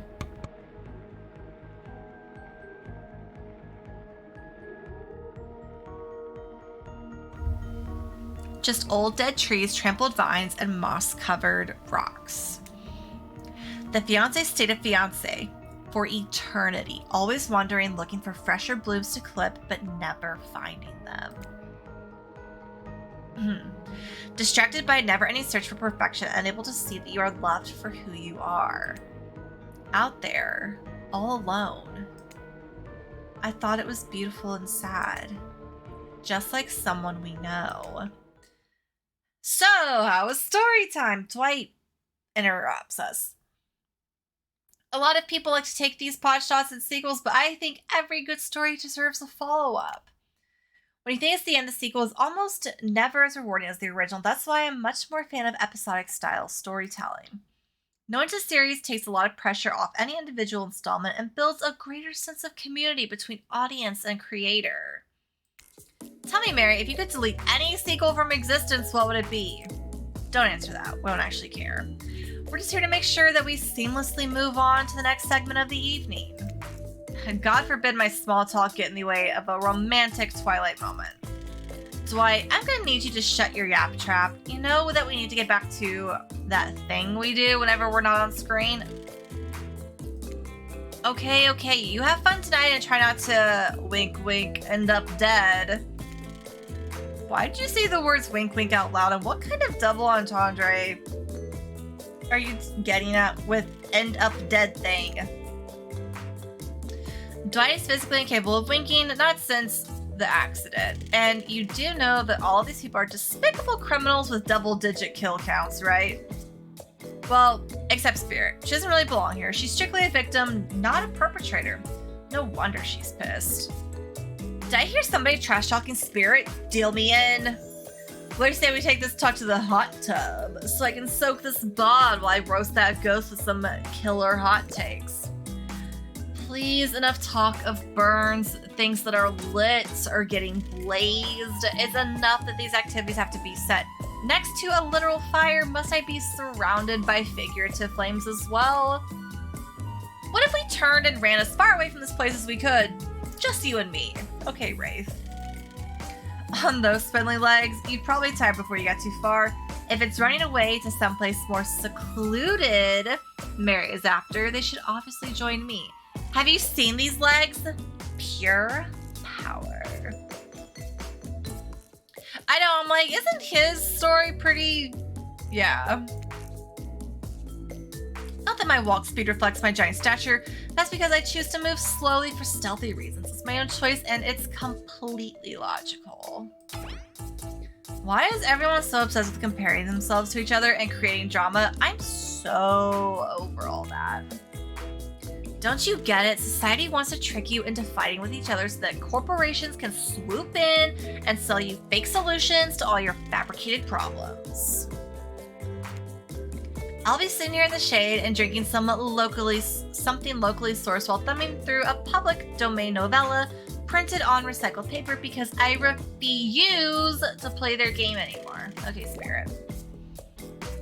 It's like she's actively trying to be as unappealing as possible. Does it really turn anyone else on, or just me? Despite Trapper's insatiable appetite, it seems his attention, along with the attention of everyone else, is still on you for the moment. If you could, I don't know, pick one of us, maybe we could all move on with our lives, or you know, special projects we might have going on. You heard him? Who will it be? Who will you head off with for an evening activity? I'm just saying, you might not get a ton of chances to date around like this before your time on Murder's Island comes to a close. And no, I'm not satisfied with that name either, but this streaming reality TV dating show boom happening is pretty much all that was taken. Which killer will you pick? And yes, we're back to excluding Trickster. Because of that guy. Let's go with our goddess, the Huntress. Huntress? You know, I had a feeling you'd pick me. You've got good taste, and I don't just say that because I'm considering eating what? She wants to make us an actual snack. Huntress licks her lips as she eyes you up and down. You've never felt like a literal piece of meat this much in your life before. What have you gotten yourself into? Let's go over to the bar. I'm going to make you into something special. Make me into something? What? Okay. You and Huntress whisk yourselves away to the bar. When you arrive, you find an arrangement of arts and crafts supplies. Are those taxidermy tools? Cool. Cool. Are you freaking out? I'm not freaking out. Are y'all freaking out, by the way?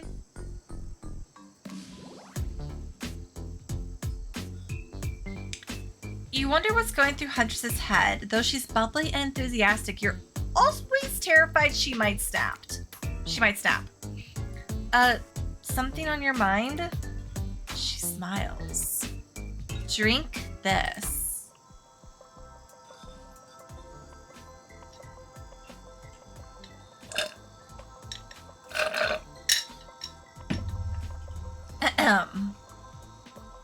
Huntress hands you a seemingly normal tropical cocktail. If one were to drug you into some sort of state in which you could be operated on, these flavors would certainly hide the poison.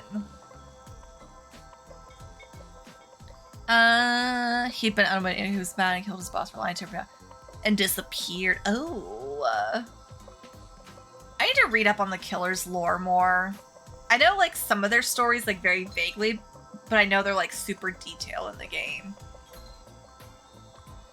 You look around and consider what else there is to live for besides becoming Huntress's little toy, and the conclusion is... bombs away! You pound the drink. It's quite nice.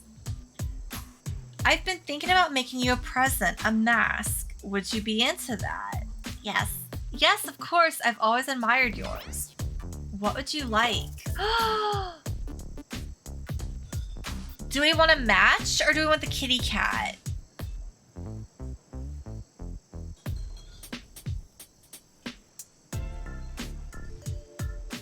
Anglerfish is an interesting choice.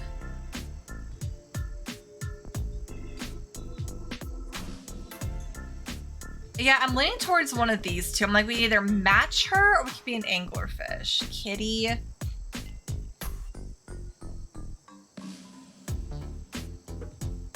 Ooh, you're... Okay, wait, but you're right, though.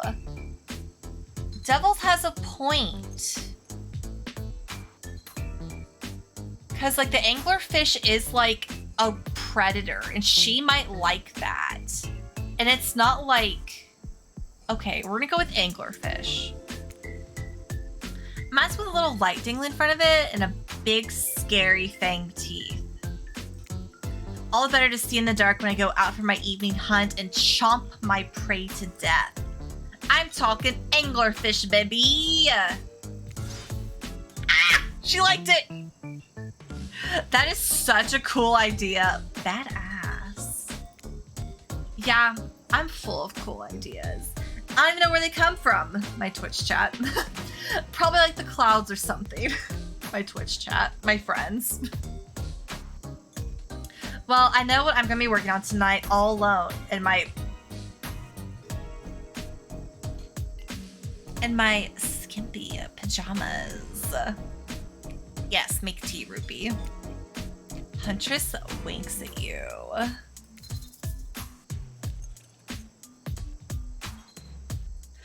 Okay, is this where I be bold?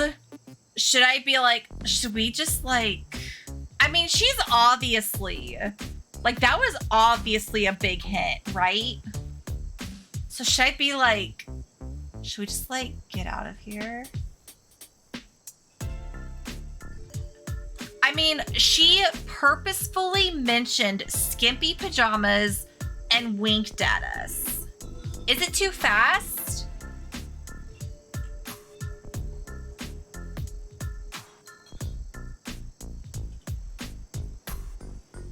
This deserves a celebration. Okay.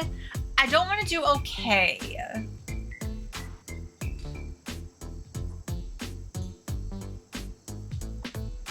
That's true. I didn't do the pants off comment. I held back.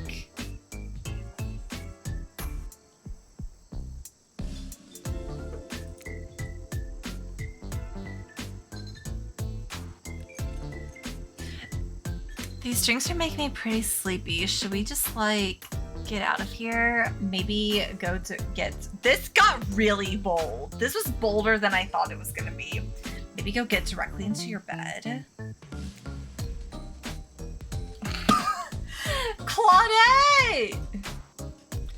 No, that's not how tonight goes. I mean, it's not how it's supposed to go. Not yet, at least.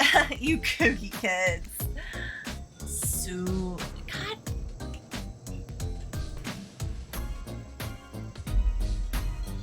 Cock blocked by Claudette and Dwight. Who would have guessed? Huntress, you got lots of hobbies. Why don't you share something with us that you're passionate about? Something less deadly than throwing axes or chasing survivors. Maybe just a thought. Making more masks or wait, making matching gloves? Tyler! Clam jammed. We were clam jammed. No, you little joker. I'm thinking of a different type of making. Making our victims die fast and medium or slow deaths, depending on the mood we're in. It's another round of be careful what you wish for on Murderer's Island. Dwight, I need your help. Doing something in a different place entirely. You read my mind. Meet you there. You mean, mushrooms? I've picked a lot of them. I'm very familiar with which ones make a great soup base and which ones make you super dead.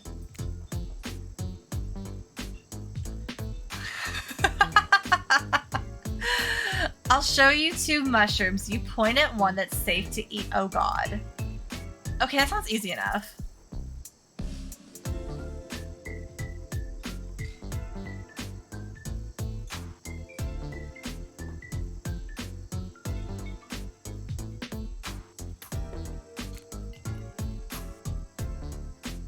Oops, that little fella is an autumn skullcap, and after eating that one, if diarrhea doesn't kill you, the liver failure probably will. I'm gonna fail.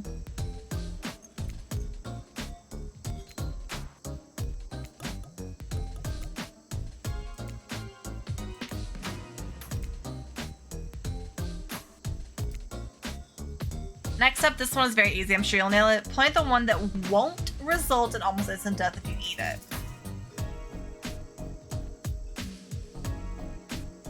Okay, I'm gonna let the stream delay register before I pick this time.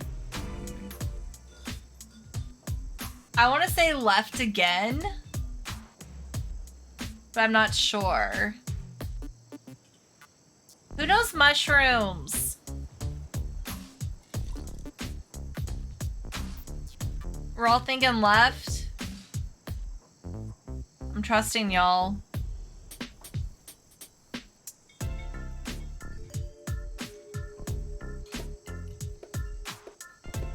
We're trying to pick a mushroom that won't kill us.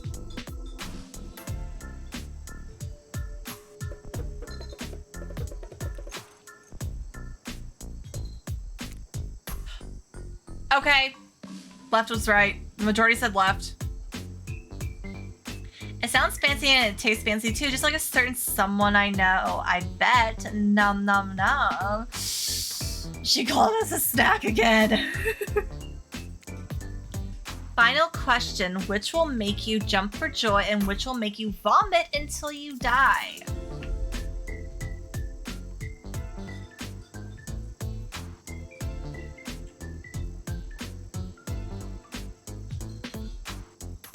Nope. Go right?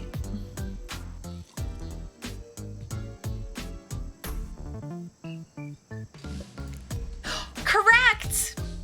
Y'all are so smart. I love y'all. Green cracking russula. Sure, it might look moldy, but I guess you shouldn't judge a mushroom by its gross green cap. Not everything is exactly as it appears at first glance. That was fun, right? I like flexing a little more than just my biceps for you. Alright, let's see here. Tabulating your answers. And not great, not all wrong, but it only takes 1 poisonous mushroom to put you down for good. Guess you'll need to keep me around so you don't shove anything deadly in your mouth. Super Zambezi, hello. Did I change my game? I changed my game to Hooked on You, right? Okay, I did. So, I finished Resident Evil. So I didn't want to start Xenoblade tonight, so we're playing Hooked on You, which is a Dead by Daylight dating sim where you can date the killers of Dead by Daylight. It's interesting. As you can see, we're romancing the Huntress, and she was quizzing us on poisonous mushrooms. And we got 2 out of 3 right. Yeah, it's one of those things where, like, fans of Dead by Daylight have, like, jokingly, but not so jokingly, mentioned to the devs, like, hey, wouldn't it be funny to, like, date characters from the game? And finally, the behavior got the people behind who did the I Love You, Colonel Sanders dating sim and got them to make this dating sim. And it was really unexpected, but it was a really nice way of like, okay, y'all asked for this a little too much, so we're gonna give it to you. But it's a dating sim that doesn't take itself too seriously, which I like. I love being able to like laugh at these things, but also catch like references from the actual game. They kept yeah, exactly, Doubles. Like, yeah, the fandom, like a lot of fandoms, and finally a development team was like, okay, fine, have your dating sim. All right, so I appreciate you spending time with me tonight. I know the other killers are all very alluring in their own way. It means a lot that you'd spend time with a forest bumpkin such as myself. You're no bumpkin. You're a strong, independent woman. Don't demean yourself. Huntress leaps on you, knife to your throat. Oh no. I chose wrong! I'll demean myself if I want to. Oh god. She's angry, but also turned on? This is kind of hot. And we're clam jammed again. We're here! Claudia and Dwyer gathered everyone together on the beach. Typical. Exactly what the voice said. I'm telling you, and I'm being honest, that you're the only one who can hear me. Okay, narrator. The gangs all together get on the volleyball court. Seems like only yesterday you were sitting on the sidelines watching everyone get sweaty. That's because it was... feels like you've been here a lot longer than that, actually. It's so late that the sun is already beginning to rise. Better get this over with quickly so that you can get some beauty rest. I do not recommend the eternal damnation of perpetual narratordom. Good thing you've really used your time well since then.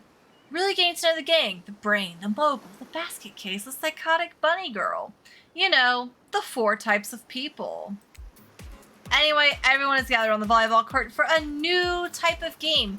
Pitch your dream date and see who Mary chooses. Who's ready for a round robin?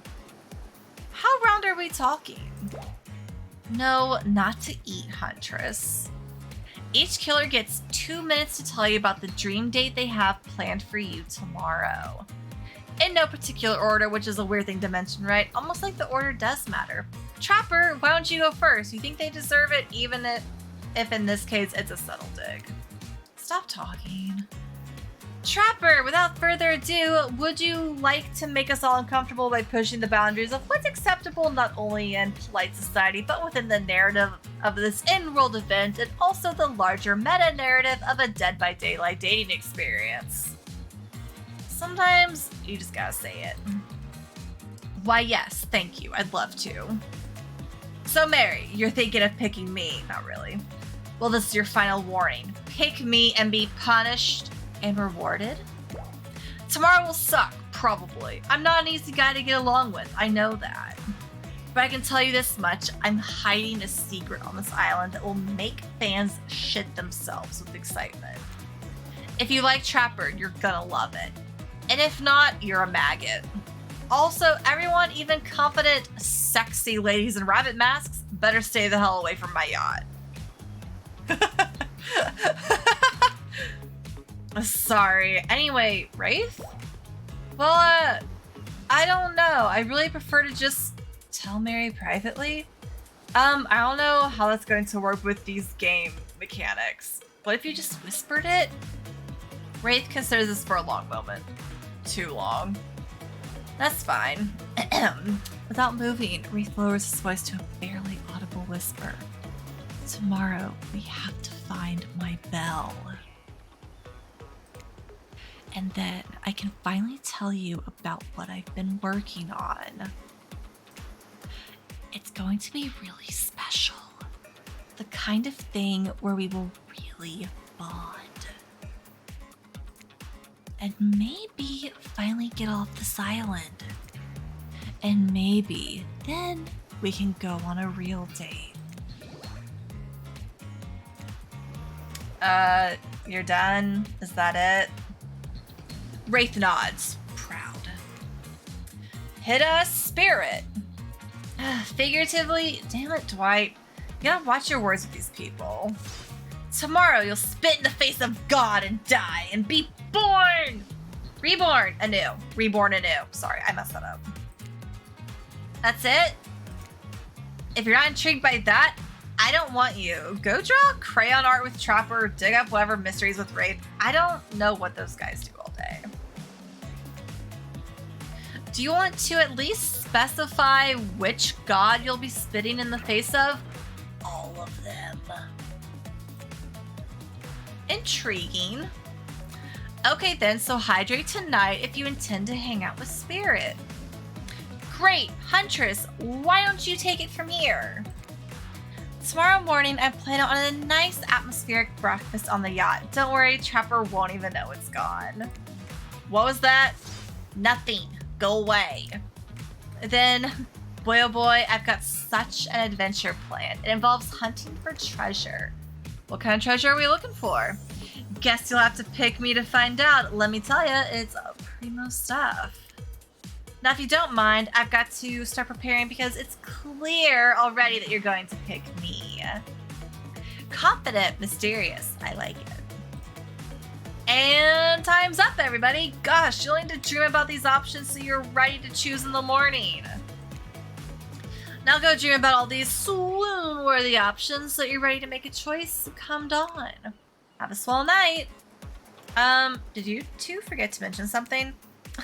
Oh gosh, how can we forget? Before you run off to slumber peacefully, there's one more thing to do.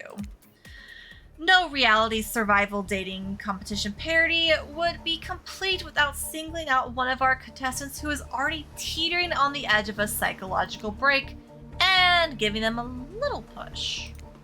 Hold up, this has been a survival dating competition parody this entire time and I'm just now finding out about it? Come on, the signs were there, you just didn't read them. Welcome to Murder's Island! It's now time to eliminate one of the killers. Ugh, like butchering, but it hurts even worse. You can't kill a killer, but can you break their heart? Do you dare to even try? You mean... That's right, tomorrow one of these sexy slicers will not be eligible to take you on a date. Who's it gonna be? But why? Because it's dramatic? Because it's surprising? Because it's a classic reversal of fate. And it will hurt someone's feelings. Someone dangerous. What's it gonna be, champ? What's your thought process here? Trapper seems like he might throttle you in your sleep if you eliminate him. That being said, at least you see him coming. Spirit could be anywhere. She floats and I hear she can disappear hard to track. Ugh, if you get rid of Wraith, he might cry. And although I totally support normalizing men crying and being vulnerable, yes, it seems like he might be an ugly crier. Huntress, she might pretend to be okay with it, but then you'll start seeing her behind every tree. What I'm trying to say is, I don't envy you, boss. So, which sociopath are you eliminating? I'm afraid Trapper would murder me. Like, actually murder me. I'm gonna pick Wraith.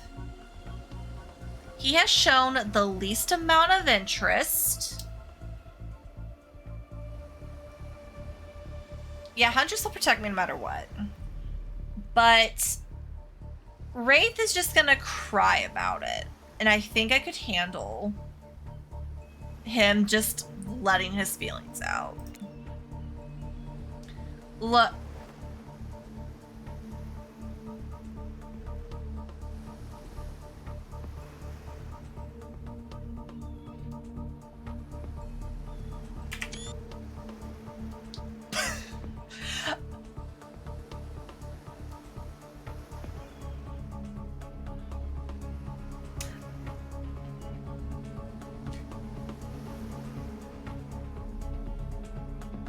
I'm out of my alcohol. I can't say that. I'm here and you're not Trickster and I'm not really getting involved. And I'm not really getting positive reinforcement from you, Wraithy Poo. Please don't take this personally. It's just my opinion of you and who you are and what you're about deep down as a person and how I don't like it. Okay, I'm being a little mean now.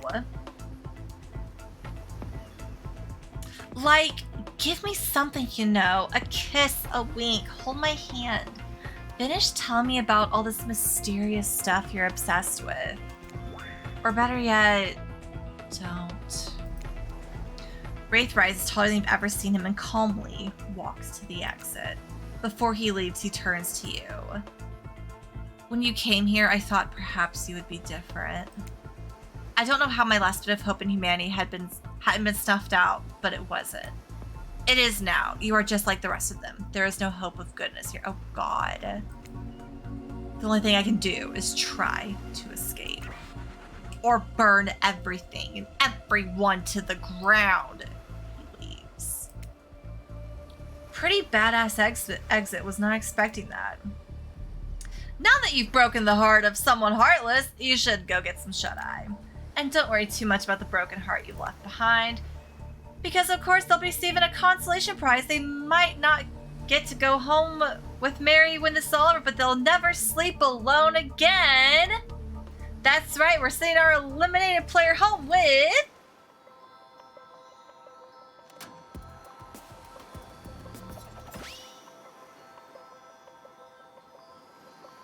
their own mostly new Trickster body pillow. The next best thing to the real Trickster. It might not hug you back, but it definitely won't try and stab you. And how do we know? Because I've tried it. That's right, it's Dwight tested. Mostly new. Claudette approved. I hope you sleep well, Mary. Sleep well tonight, Mary. You're my hero for what you've accomplished.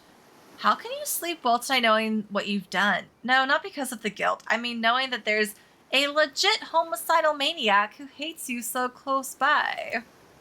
How can you sleep tonight knowing what you'll do tomorrow? I don't know how you'll do it, but you better go before Dwight and Claudette come back and put you to sleep themselves. You know those two? Schedule, schedule, schedule. It's not the real thing unless it stabs you, right? I'm not going to say what I was going to say. Never mind. Nope. Okay. This is the perfect time for me to do a quick BRB break. So I will be right back. I'm gonna go unhydrate. Hey, wait. Okay, yes. If you want me to get ice for my water to help me cool down from all this heated, hot romance, redeem it now. Otherwise, yeah. I'm gonna go unhydrate, refill my water, grab some ice to cool down with. I will see y'all all back here in just a minute. So everyone else, grab a snack, do a quick stretch, and I'll see y'all here in just a moment.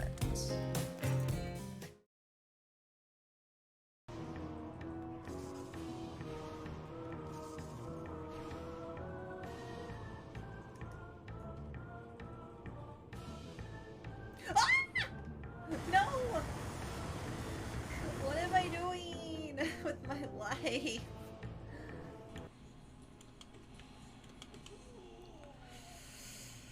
Screw you! And everything you stand for, and all your children, and every piece of your stupid DNA! Hi. A1.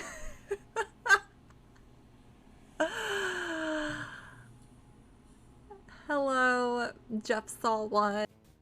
I lost Elias and my butt in the same battle.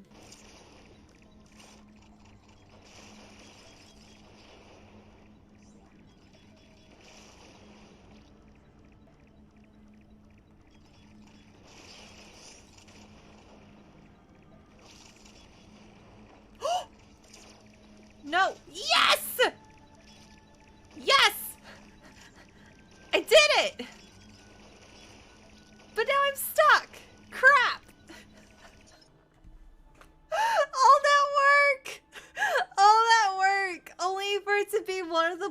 rocks that you can fall through. You can only fall through that. Yeah, F, but GG. What's the map do? It shows you the locations of things. Well, like, I know that's what a map does. Well, I mean... That, oh my like, helps. god. Thank you. I said that so matter-of-factly too. Like, oh, it shows you things. Wow. So yeah, no. Gee. If it's a good enough one, when I use it, not only can I see things.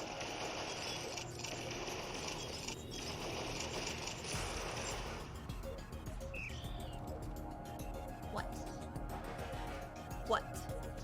The normal way was not working. So we Hello, I'm back. Gotta get my cap off my water bottle.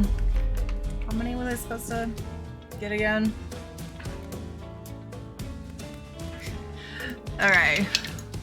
1, 2, 3, 4. I got 5 because I like Roy. He's cool. So I gave him a free ice cube.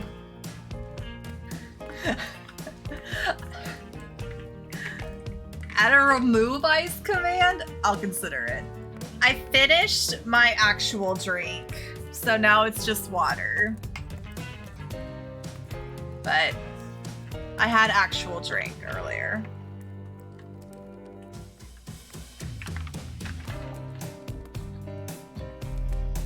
Don't listen to y'all. Okay. Where were we?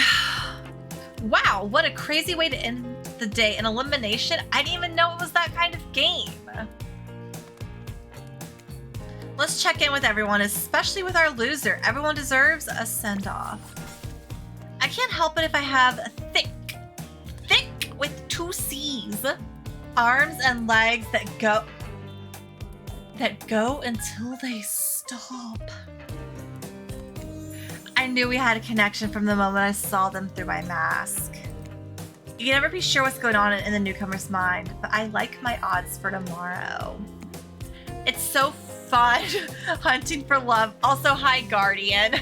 I saw you get that ice cube in. It's so fun hunting for love and not for food or vengeance for a change. I know I said some things when Mary kicked me to the curb, and I just want to say I'm embarrassed for how I acted. Aww. Not what I said though, I stand by. I want everyone here to burn.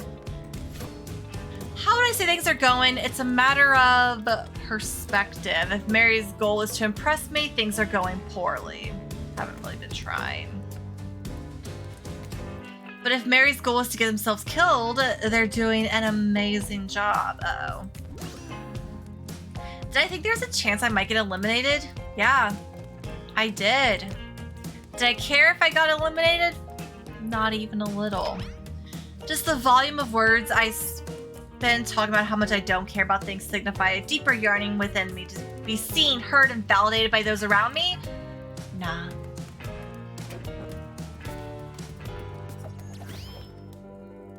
What? No, he let him speak. You're not part of this. You don't get a confession. No, let him speak. It's cool, man. I'm not a part of anything, you feel me? I'm not a cog in anyone's machine. I'm my own.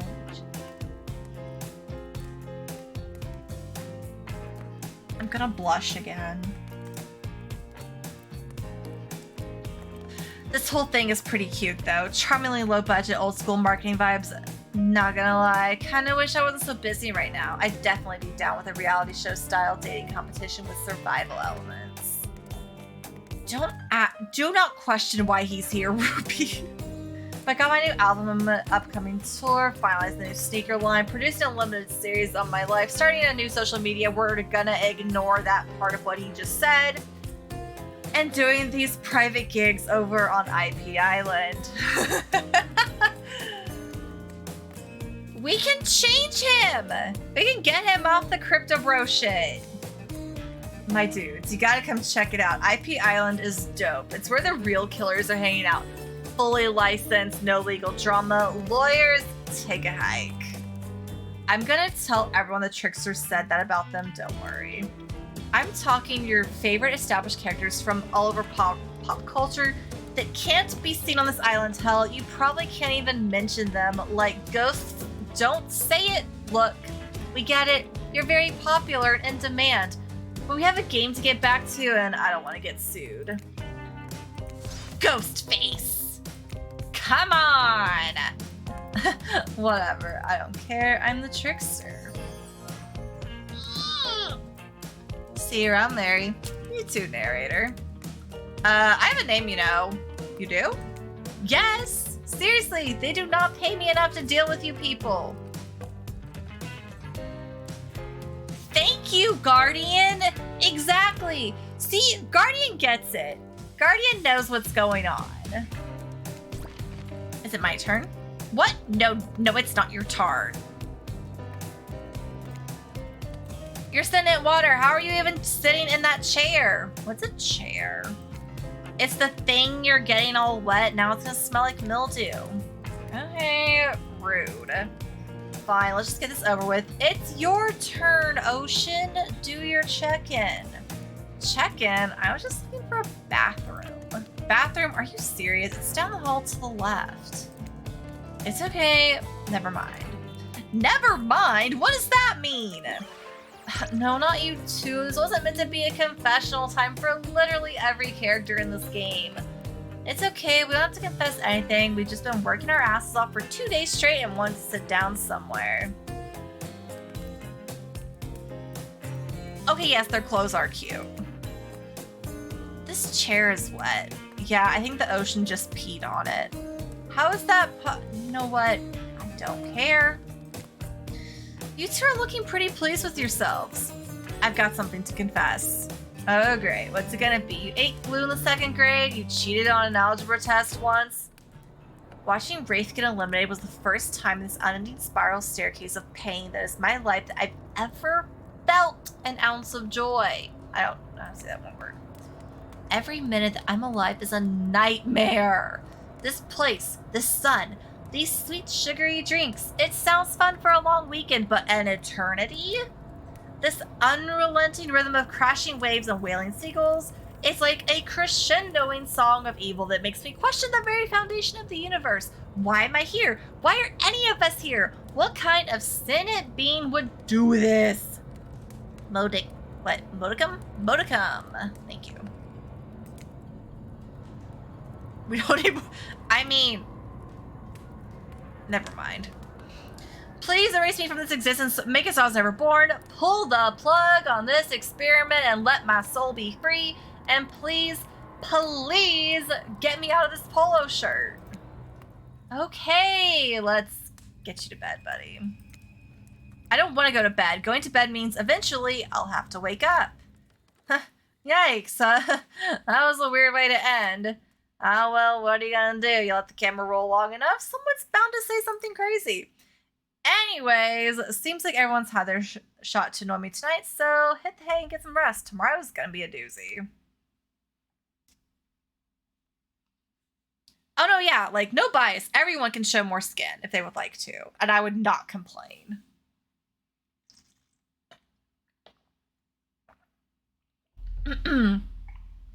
Soft sunlight warms your skin, nudging you awake. Also, you're using a killer crab as a pillow, which it's sort of okay with. You pull on your beach attire and splash water on your face. Dwight and Claudette approach.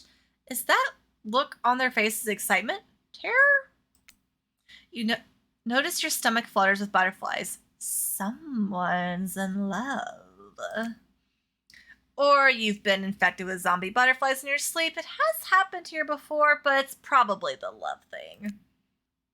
It's time! Claudette gestures over to the beach where the killers all stand, flanked by tiki torches. It's a scene very reminiscent of a TV show that you used to hate watch with your ex. Suddenly, the message is clear. You are going to declare your affections for a killer in front of several other killers. Hey, isn't Trickster supposed to be here? We paid him good money to make some half-ass cameos in this show. I'm gonna chew his agent out.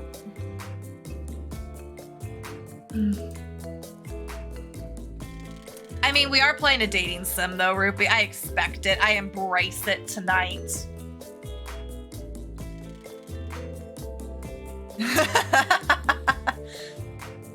But before they walk you over for your big moment, I don't think we haven't noticed how kind you've been to us, Mary. It can't be easy being thrown onto a mysterious island for seemingly no real reason, surrounded by terrifying killers, trying to manage your most primal impulses, murder and making out. And you've kept a cool head and treated us, your friendly island host, with dignity and respect. So don't tell anyone we told you this, but Claudette and Dwight look around conspiratorially. Just a little hint for you going forward. Don't try to go all the way with a killer who isn't into you. Relationships are two-way streets. And if you don't have the green light in the other direction, you might end up in the friend zone. Rest of us. Okay, look, listen. I made my choice that route, and I have no regrets. None. I will have great company in Horny Jail. I have no regrets about that path. The friend zone doesn't sound so bad. Where do you think you are exactly? Dead by Daylight doesn't do friends. There are killers and there are survivors, and I'm afraid we can't say more. Okay, so who's into me? Claudette and Dwight look around again. Well, I've seen the sparks flying between you and Huntress. I saw her whittling a little figurine of you last night while everyone was asleep. So, are you ready? Of course you're not, but too bad, we're on a schedule. We'd all be locked up together. Exactly! That's what I'm saying. I'd have great company. I'm this close, by the way, to making that my Twitter banner, like on my profile. No shame. At all.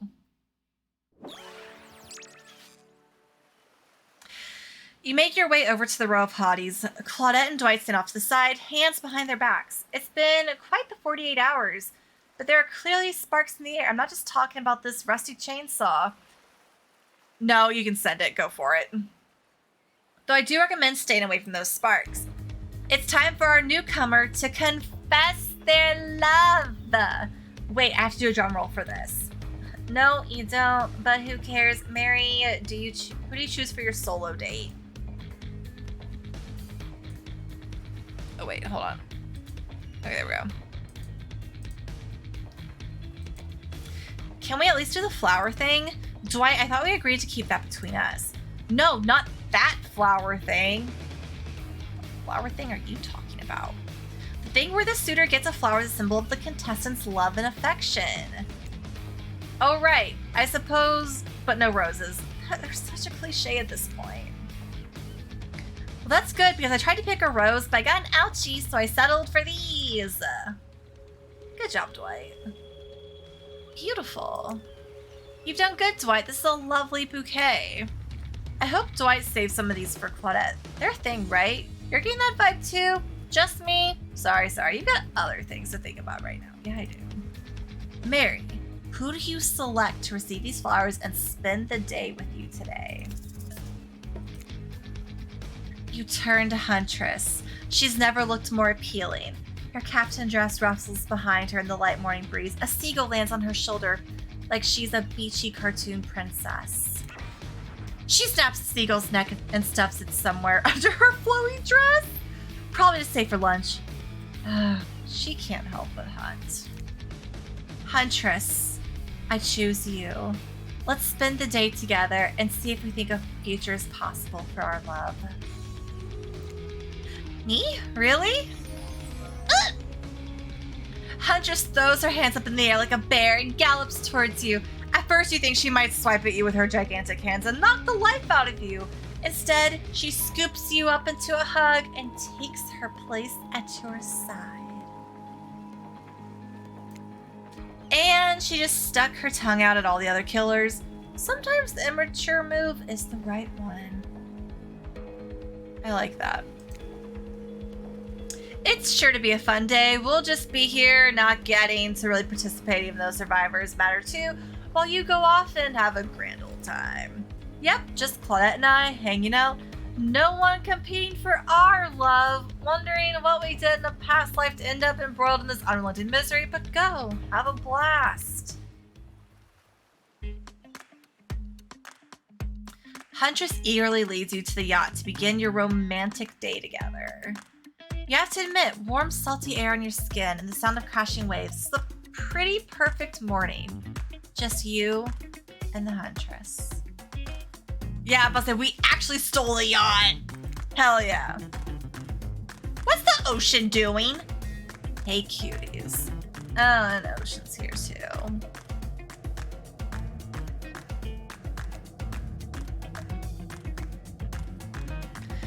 Did you know that I'm teaming with flesh-eating bacteria and dead bodies? That pesky ocean always killing the vibe. You turn to Huntress. You're sure okay here on the ocean? I know you don't like to be out in the open. Something about being here with you makes me feel safe. You both sit down at a beautifully set table on the deck of the boat. A wide spread of mouthwatering breakfast goodies are arranged in front of you. Can we get you anything? Oh, these two are here. You look a bit green. I get extremely seasick. And Trickster replaced all the island's Dramamine with party. Okay. Wait, how did they get here? Were they just on the beach consoling the rejected killers? Are there more than two of them? You motion one of them over. We'll both take a screwdriver, hold the orange juice. I love screwdriver! Wait. My CC isn't working? Oh shit. I love vodka! Here we go. Thank you. Of course. Hey, can you play this particular song for us? You know, set the mood. You hand Dwight a piece of paper with a song title written on it. Sure, though I doubt Trapper has it in his vinyl collection. Soon, the haunting melody of the Huntress's mother's lullaby streams through the yacht's expensive stereo system. The boat rocks as though to the rhythm of the song, the eerie, melancholy mood is really quite romantic. Breakfast has never been this intimate. You reach out to touch the Huntress's hand when suddenly a loud bellow scares you. You knock your freshly poured flute of straight vodka onto the pristine deck. It's Trapper! He's screaming at us from the beach. Look how tiny he is from all the way out here. Huntress squishes his head between her fingers like a child and giggles. Damn you both! The chairs you're sitting on are worth more than your lives! Get back here! He's not wrong. Hey, Claudette, take us out farther. Aye, aye, Captain. Can she drive a boat? Guess we'll find out. Alone again! Nothing but the caw of a seagull and the ominous shadow of a creature lurking, oh god, beneath the waves. I have something for you. For me? Huntress reveals a package wrapped in a bloodied apron. You clap your hands like a kid on their birthday. Her playful attitude is rubbing off on you. I made that mask you asked for. I almost forgot, but I bet you didn't. This is the whole reason you pursued Huntress, I bet. Definitely to get a mask of your own. No other reason. Here you go. Oh, it's perfect. You put it on. It fits your face like a face glove? You gaze at Huntress through the eyes of the mask. A swell of emotion surges through you. And because the mask is on your face, you can't be as creeped out by looking at as everyone who has to see you. Will surely be. Let's go back to my place. She downs her screwdriver, which is straight vodka.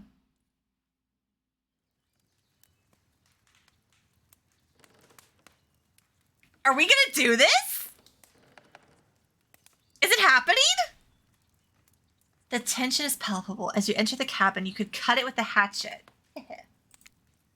Give me a break. It's day 3 of killer jokes. A narrator only has so much mojo. Huntress sits you down at the cluttered table in the kitchen. You notice the bloodstains that have crept into every nook and cranny of the wooden planks. What poor creature died on this table? Did they suffer? What? The ocean, not now! What do you care if they suffered? Go back in the ocean, ocean. Stop backseat. Yeah, stop it. Stay here. Don't move a muscle or I'll hear it. I can hear any mammal's tendons creak as they stretch. It's a gift. And a curse. I'll be right back. Ah, alone in the cabin. What to do, what to do.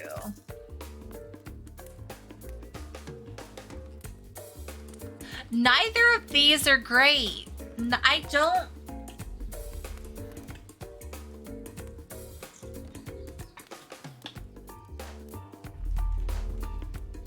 Ahem.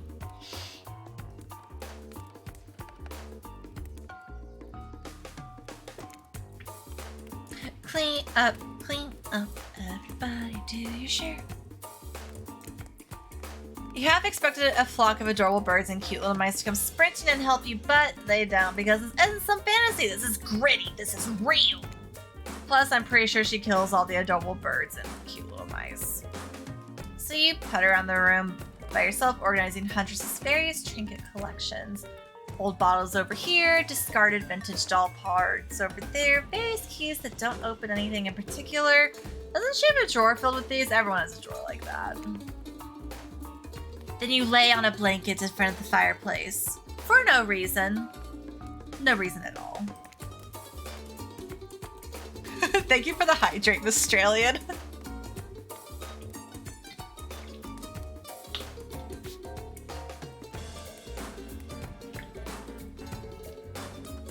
I just read that sentence.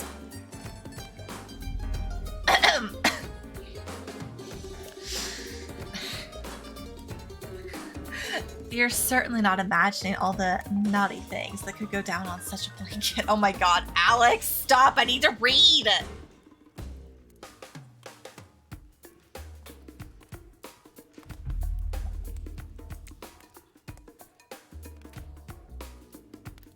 What's that in her strong yet delicate hand?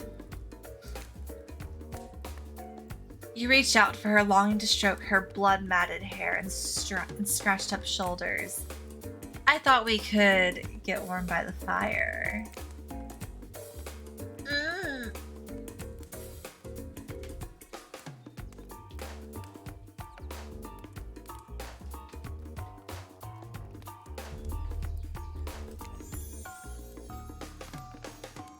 She wags a finger at you, a bunnylicious smirk on her face. Not so fast. Oh? Remember when we talked about how there's more going on here? Uh-huh. You nod like a little idiot.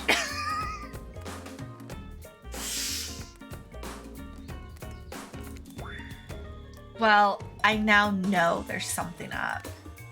The other night, while you were sleeping like a cute little baby, I snuck it into each of the killer's lairs and saw them with shiny objects that they'd been stealing from me. And I think they're connected somehow. Maybe it has to do with the symbol.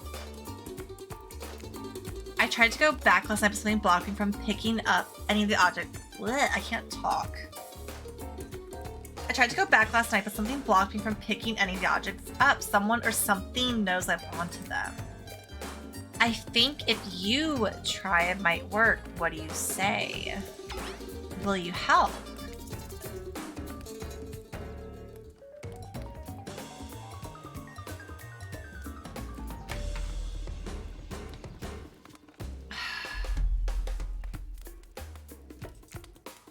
Hell yes, I will. I know, I was like, Anyway.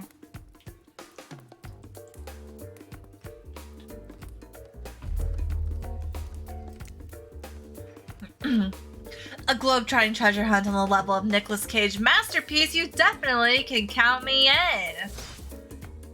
Let's go. I'll be your guardian angel. You never know when those killers might pop up. She's gonna protect us.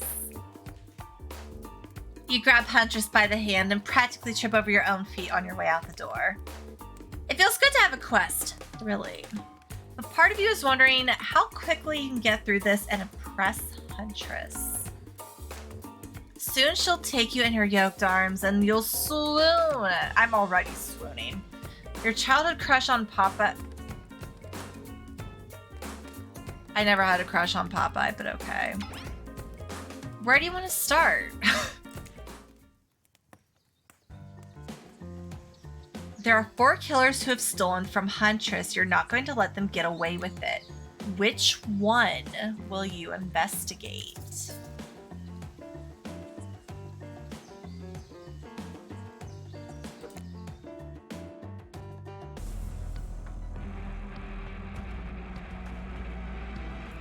You arrive at Trickster's stage, but there's no one here, not Trickster. Cut. Not an audience, not anybody. Stop! Of course you would! Nothing eerier than an empty concert venue. Think of all the fringe that once swayed here. The beers that sloshed over red Solo cups. Mosh pits, tall guy standing in front of you for the entire show. Lifelong friendships that actually only lasted for one summer. Good times. My concerts are always an experience. You should really come to one of my after parties sometime. They're a real scream. I'll put you on the VIP list.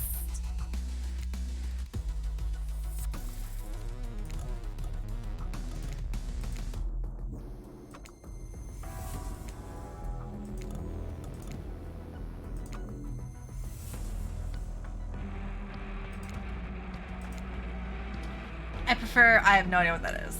Oh my god. Trickster, I've never listened to your music, and I think sampling the sounds of people's screams is very been there, done that. Shush and gamey. Hey, no one talks to Trickster like that. How do you know about my samples? Somebody is obviously a much bigger fan than they're letting on. Show me where Huntress's shiny, mysterious object is, or I'll wipe that grin off your face with the chloroform-drenched rag?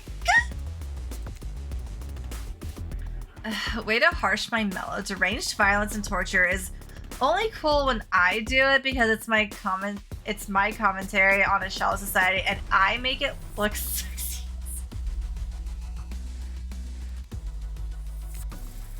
Your thingamajig is that away. Trickster backs away from you, fuck. And resumes practicing an intricate dance routine. The way you sit up to that bootleg Backstreet Boy just now was wow. If I weren't so strong and stable on my feet, I'd swoon. But it just wouldn't be believable. Find me my shiny thing, champion. Oh shit.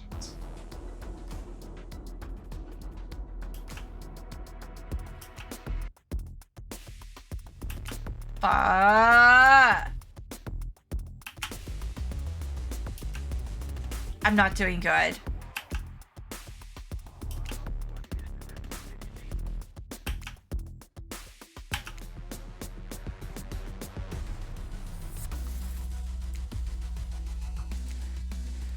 And consider yourself lucky that you've chosen to be with me because I'm excellent at stealing back what's been taken from me. Okay, thank God she's here. Trickster's back. All right. We love him. Well, run. A coin. Okay.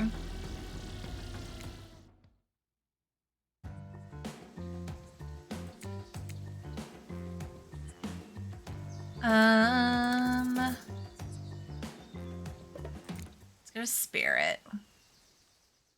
This place is spooky as heck. Wasn't the beach sunny and beautiful just a moment ago? So you're telling me that your precious shiny thing is up there. Pretty great, right? Finally a good chance to activate these quads. You don't get legs like this from standing still.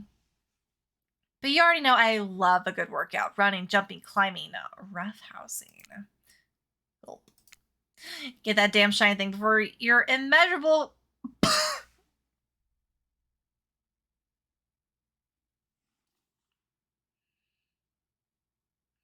I feel so called out by this game. Get that damn shiny thing before your immeasurable horniness melts your brain and it runs out of your ears already. Yeah.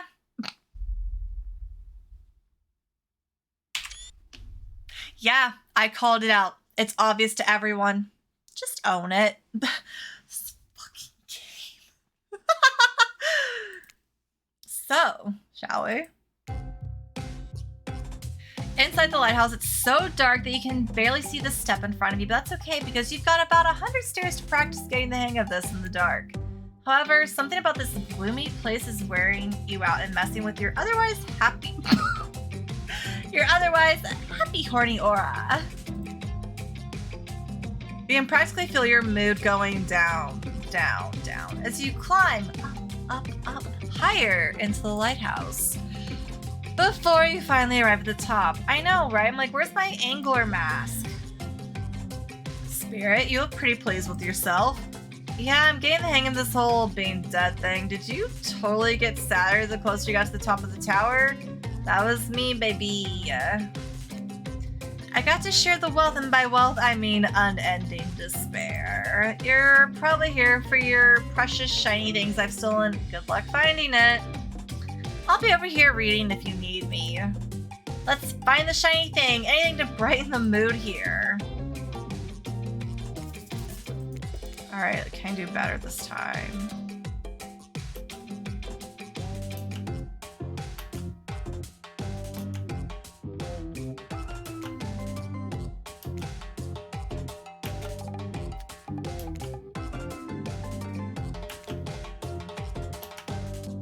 Alright, got it. You're really going a long way to prove your dedication to me. You know I noticed, right? I see a raccoon lick itself from 200 yards away in pitch darkness. I definitely see you working that little butt off for me. Thank you for thinking my butt is little. Shiny thing get! You found a bottle opener? Really? This is the fancy item? Whatever, you're a real team player. Hey! No, stop. Spirit doesn't even look up from her book. I think you'll be fine. You just peace out. Alright.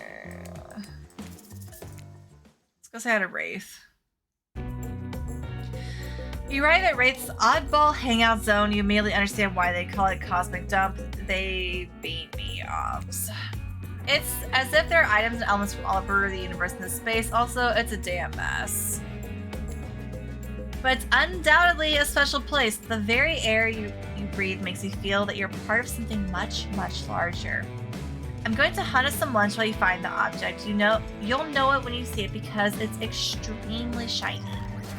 Ah, how long have you been standing there? Are we ever really there? I don't have time for your existential crisis today, Wraith. Huntress and I are totally gonna get it on soon, I think, I hope? I do hope. Look, I need to find a special object you have hidden here you stole from Huntress, and she knows it. So, you're trying to figure this whole thing out too, huh? Come check this out. Bit of a subject change, but sure, it's Wraith we're dealing with after all. Wraith leads you to a telescope. Through it, you see a far-off island in the distance. Holy smokes, is that... Sorry, I have no idea what that is. Would you mind filling me in? It's IP Island, where all the coolest killers from intellectual properties that we're legally obliged, not to mention by name, hang out and party with Hollywood celebs and Silicon Valley moguls. That's not even all. Zoom in, over there.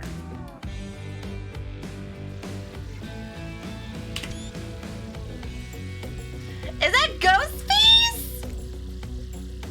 I said not to name them! Oh jeez, I'm gonna have to clear the rights. You have no idea how much my lawyer charges by the hour.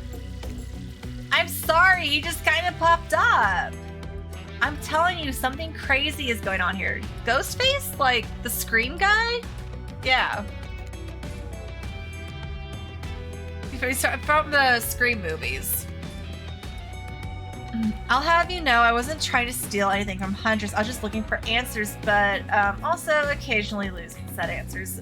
Yep, that's right. The thing you're looking for, I can't actually find, so good luck, I guess. I'll go to minigame. I'm ready.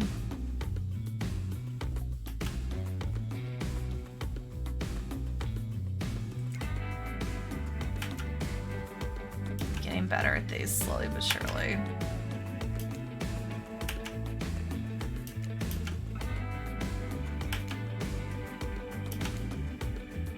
You see an old pair of glasses on the ground and quickly grab them.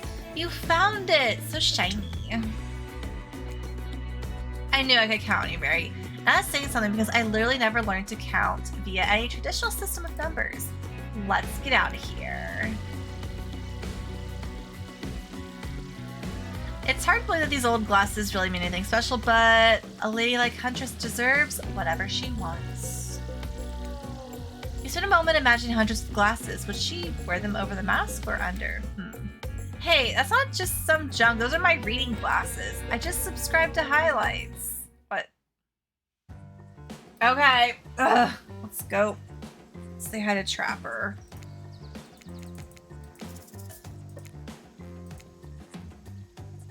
There are 2 ways to get to Trapper's Cave due to the whole, trap-based character theme he's got going on. You can rest assured that either one of those pathways is filled with traps. Yeah, he does look very anime. You turn to Huntress for advice, but she only giggles and shrugs her shoulders. You're on your own, it seems.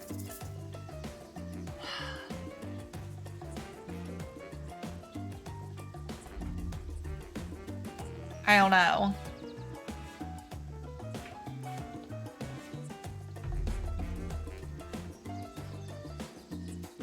Secret tunnel!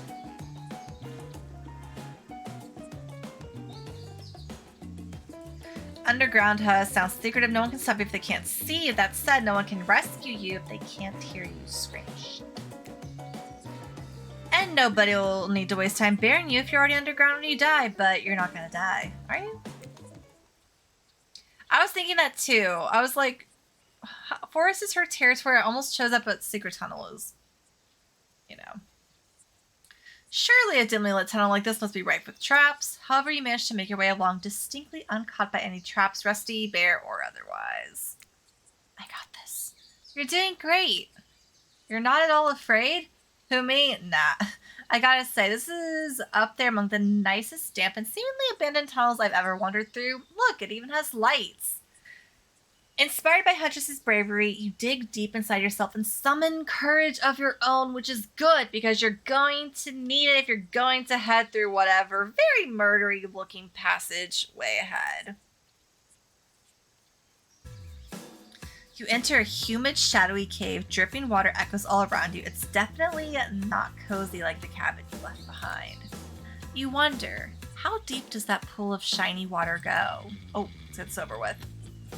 When your eyes adjust to the darkness, you see Trapper. He leans against the wall of the cave like a detective in an old film noir.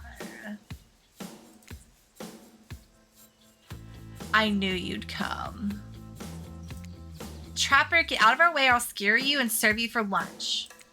You're wasting your time. You're never gonna find what you're looking for. Unless what you're looking for is a minigame! What? A minigame? How unexpected! How playful! How about you play it right now? Yeah.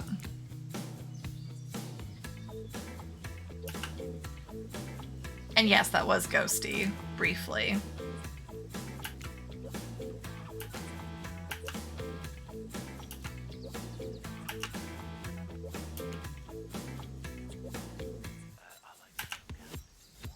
Hey. You did it! You found my lost shiny object. I'm so grateful. I could kiss you right now, but I won't because I'm pretty sure Trapper didn't actually leave and he's still over in that shadow watching us. Later, Trapper, you thieving little perv. Hey, that's not fair.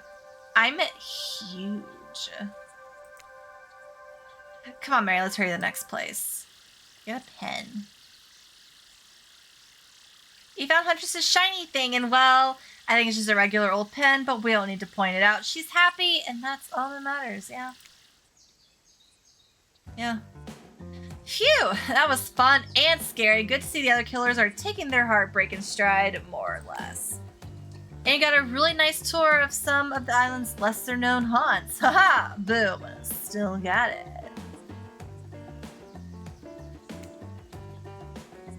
Oh my god, Roy! Okay. We make a pretty good team, you and I. What can I say? I appreciate a fine collection. Now that yours is back in order, maybe we can head back inside to appreciate it. And you collect a certain other special gift I've been meaning to give you. We've gotten very bold. A special gift? Is it shiny? I suppose it could be, if you oil it up enough. I'm going to be ill.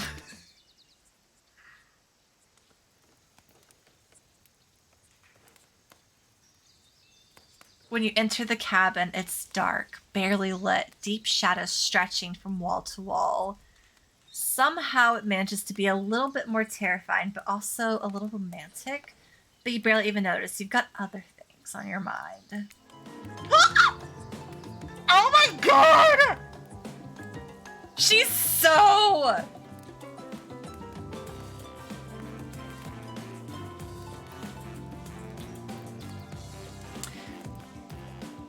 You're practically undressing each other as you walk through the door, minds elsewhere. Neither of you realized the door was wide open already. You were incredible. Every time you found one of the objects, my heart beat faster and faster. Your nimble hands as they're...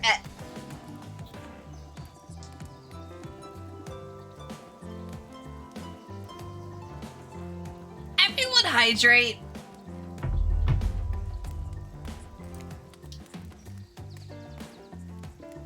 The fireplace is crackling. Your heart is pounding. The smell of cinnamon is in the air. But wait.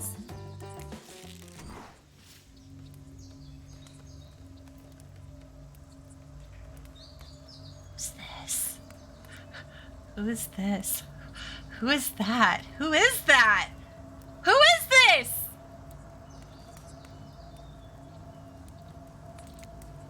Huntress quickly pulls her beach cover-up back on. It's literal Mommy! My dog... Wait, why is Mommy here? An older Russian woman bearing a striking resemblance to Huntress sits warming her hands by the fire. She turns to you and you're shocked to see that she appears to come from a completely different time in history, wrapped in old, unfamiliar clothes that are completely out of place here at this beach retreat. I'm so confused. Without thinking, you blurt out, "Who is this?" Yeah, I don't know how to pronounce that, but I picked it up from Huntress. I know it's really doing things to me. You know who I am? What, you expected my elk wounds would carry over to my ghostly form? The gods have... She's a ghost? Ghost mom? The gods have smiled on me and cleaned me up. She must be in a decent mood if she's ignoring the fact that you're dropping ox bombs all over the place. Huntress chuckles yeah? Hi, Mama. Is every...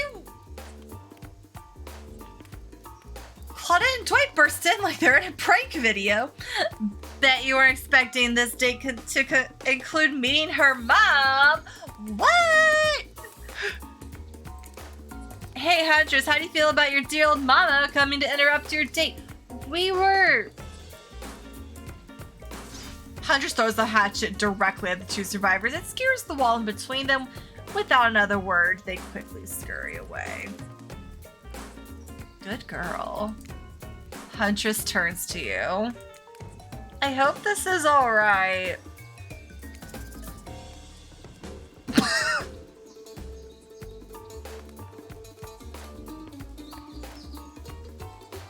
Sure.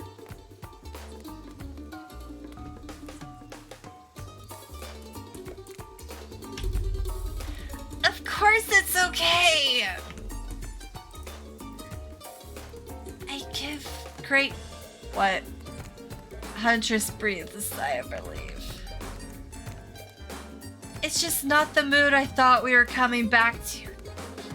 But I'm here now. I'm in it. I'm ready to meet your mom.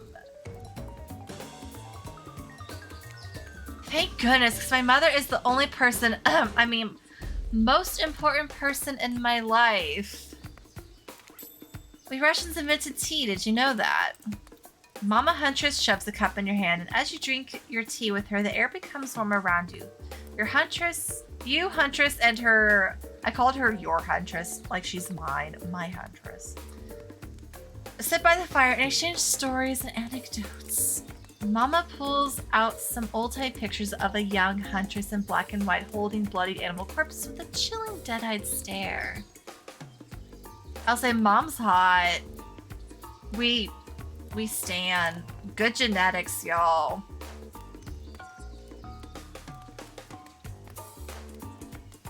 You all laugh and eat raw meat of some kind. It's a lovely time, almost like you're back home. You've forgotten that you're on a possibly cursed island atop what is likely some sort of hellmouth. Look, that's not official lore. I just call it like I see it. Every so often, Mama Huntress clutches her stomach and her eyes stare into the middle distance. She mutters some sounds as if reliving the moment she was skewered by an elk. It's very grim. I like you. Thank you for indulging me in my tea and stories. So tell me, what are your intentions with my, I'm guessing that is daughter. That means bunny. Oh, cool. Thank you, narrator. So you guessed that already, didn't you? Or by now you've got your translator app ready.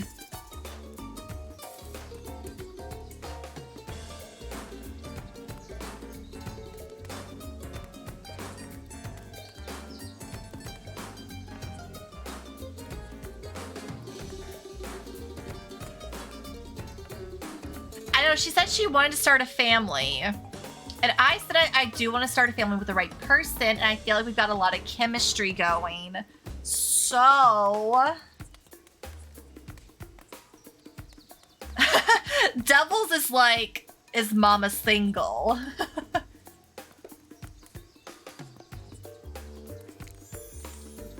All that's on my mind is family. Okay, she sparkled. She liked the answer. She sparkled. We're good. To forge our own forest dwelling with a brood of half a dozen at least, hunting side by side forever. Mama Huntress smiles at you. She reaches into her bloodied cloak and pulls out a handkerchief with a flower on it. For you, the one worthy of my Anna. Use it to clean your hatchet of Viscera. We got Mother's approval! Mama approves of me. You take the handkerchief. It's soft and smells of spices. I'll take good care of this. You point to Huntress. Her, on the other hand, she can take care of herself. Huntress is ecstatic. You've won over Mama. No easy task. My time on this plane is coming to an end. The weird magic from that ghost girl's black lighthouse won't keep me here for long. Oh, Spirit brought her here? I don't want to get into the logic of this, but yeah, the Black Lighthouse can bring ghosts back to life. If you're still here, you're willing to believe anything. Miss Mother, may I ask you out to a romantic dinner?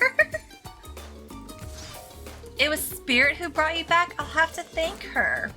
Huntress' mama begins to fade. Huntress cries. You can picture her at 6 years old, lying over her mother's dead body. I'm keeping my good eye on you. If you break her heart, I'll send Baba Yaga after you. Oh, no.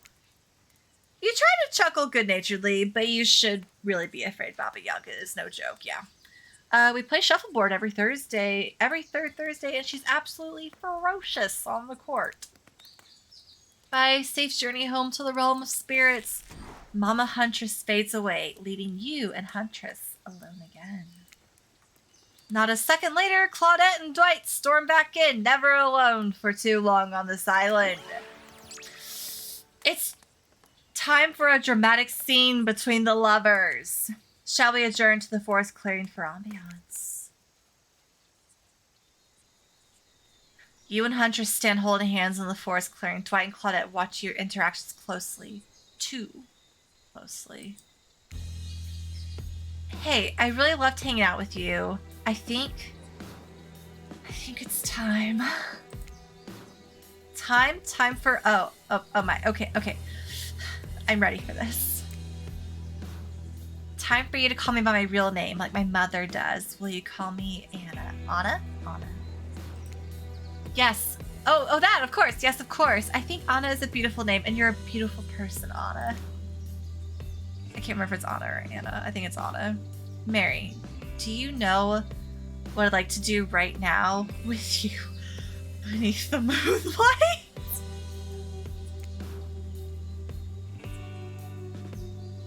I'm feeling closer to you right now than I have ever before, and there's nothing I'd rather do right now than... She averts her eyes. Does she mean what you think she means? Nope, she's looking right at Dwight and Claude. Can you two leave? Chop up these two fools with you!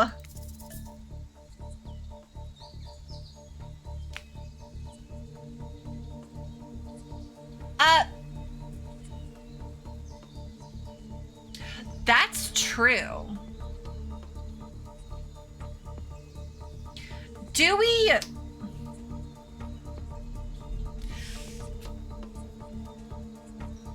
Dwight, Claudette, I hope I'm able to free you. I can't save. It's murder time. My hatchet is as sharp as my love for you. Let's get bloody. It's a gruesome scene as you and the Huntress go to town on these innocent survivors who just wanted to help you guys out. Oh, crap. We were being forced to Oh, I can't hear you, hon, on account of the congealing blood in your mouth. Oh, no. Once you've made quite a mess of the survivors, you and Huntress look at each other with manic eyes. Shall we return to the cabin? I'd love to get you out of that beach run into something a little less there. I thought you'd never ask. Oh! Once inside the cabin, Huntress strips off her caftan, revealing every curve of her muscled bod. I'm gonna blush again.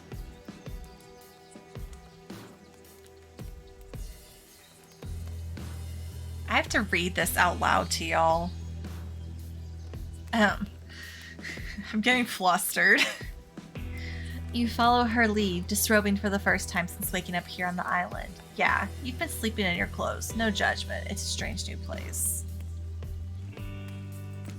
You kiss, and yes, if you're wondering, it looks like she's gonna keep the bunny mask on for this sexy time. This is the part where I skedaddle. Decapitations? Sure. Tiger maulings? Love it. Dudes crushing other dudes in car crushers? Gotta have it. But hanky-panky? That I can't handle. I'll leave you horny kids to it. French. What? Just because Hunter speaks Russian doesn't mean I do. I speak Canadian French. It's a thing. Look it up. Am I nervously running my mouth now just to give you two time alone in the dark? Maybe. Some may have heard this one before. A hillbilly, a doctor, and a clown walk into a bar.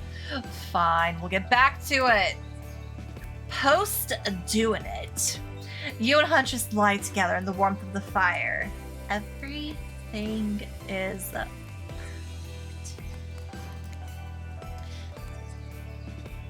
I don't want to imagine her mother. You imagine Mama Huntress smiling down at you from beyond. Didn't you realize, thank you. Didn't you realize that's pretty gross to imagine her having just watched all of that and you try to stop thinking about it? That was incredible. You're telling me the door to the cabin creaks open. You cover yourself with a blanket. Oh god, a severed arm claws its way through the doorway, leaving a trail of blood in its wake. No, we walked right into a scene from a horror film. As soon as people have sex, they die. Not when I'm around. Huntress procures a hatchet from out of nowhere. Was that in the bed with you guys? The wriggling torsos of Dwight and Claudette follow their chopped up limbs. Slowly, the pieces of their bodies start to put themselves back together. Dang it, we didn't free them. No way. What the fuck, indeed, my friend. You thought that this island would let us die permanently? Haven't you ever played Dead by Daylight? Only like 1,000 hours, no big deal. Come on, we have to get to the final scene, I mean, decision. We tried to free them, we tried, y'all. Claudette and Dwight lead you and Huntress back to the empty beach. You both bask in the glory of being freshly laid. That sounds terrible, doesn't it? Now, like some sort of laundry detergent. Freshly laid. Actually, maybe that's good. I'll get my agent to start circulating that.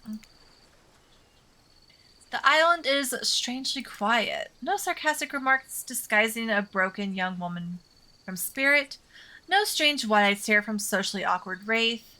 No threats of imminent violence from Trapper. Even Claudette and Dwight are tight-lipped. They almost seem zombified. Last day, you beautiful piece of meat. Oh god, the ocean wants to fuck us too. You've done so well. We're almost at the finish line. You didn't think I brought you all this way without a plan, did you? What kind of sinister body of salt water do you think I am? It is the entity, isn't it? A whoosh of dark energy surrounds you as quickly as it came. Yeah, I'm wondering if there is a way to save Dwight and Claudette. The island noises begin to return. Birds chirp in the trees, the grass rustles in the light breeze, and oh look, the other killers are all here at the fire pit to watch the finale ceremony. I can't wait any longer. The pomp and circumstance is agonizing. You're telling me. Stick to the script, Claudette. Okay, so Huntress, how do you feel about the newcomer? Are they everything your murderous little heart has ever longed for? Huntress stares you down for an agonizing moment. She steps towards you. My dear, I think that this is true love. Come with me to the Red Forest. She loves me! We didn't get friend-zoned! Hell yeah! Let's hunt the woods together and have a family bursting with babies! We'll raise them as fierce warriors who can defend their family at home. In just a matter of days, you've gone from being completely alone to being the start of a clan of warriors. I did not see that coming. Wraith starts a slow clap. No one joins in. Typical. Whatever. Love is a concept made up by the greeting card industry. I'm out of here. Spirit floats back to her black lighthouse. Look behind you. It's Trapper. Huntress, you best me. She got hooked on you. She sure did. He turns to you and offers his leathery hand for a handshake. Congratulations, Mary. I don't shake hands with losers. Trapper's eyebrows shoot up. And then he smiles. Did not see that one coming. You're alright, kid. I mean, I hate you completely. I want to kill you mercilessly, but you're alright. But wait, you haven't said anything to Huntress. I love you too! Yes, let's move to the Red Forest immediately. Is 12 kids too many? Maybe in this economy, but who cares? Your heart is overflowing with joy as you and Huntress embrace. Is this what you've been missing your whole life? A woman with shoulders the size of mountains who won't take off her bunny mask even during intimate times? Yes, yes, 1,000 times yes! You stare into the sunset and picture your life together. Happiness is real.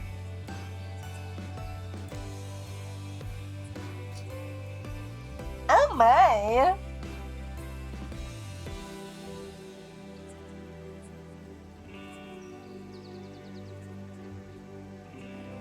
Huntress lifts her mask and you finally lay your eyes on her breathtaking natural beauty. You know, the cabin I grew up in doesn't have the amenities that my luxurious new beach house has. I'm used to living as a beast, bathing in the river, running wild through the bushes. While telling you this, Huntress has left her bathing suit behind and entered into the jungle. You haven't lived until you've been one with nature. Rawr! You chase Huntress into the woods, leaving your own bathing suit behind. Rawr means I love you in dinosaur. We didn't get friend-zoned! We found love! I'm so happy.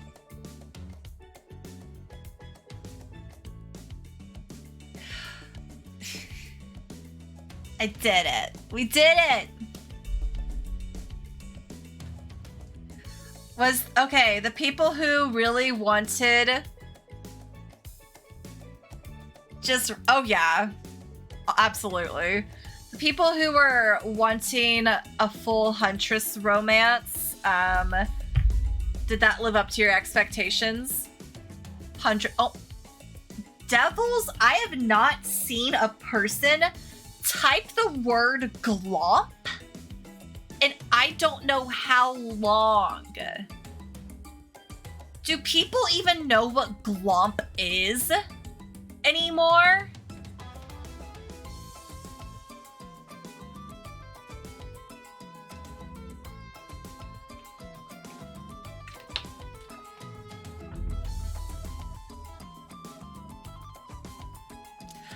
Wanted spirit? Oh no, I guess I'll have to do another route at some point. I was gonna say, like, I will be showing my age, but like, the glomping days at conventions were a dangerous time. Because there was glomping and then there were, yeah, the yaoi paddles. It was wild. Cons are still wild now in an entirely different, like, way. But, like, glomping and yaoi paddling cons...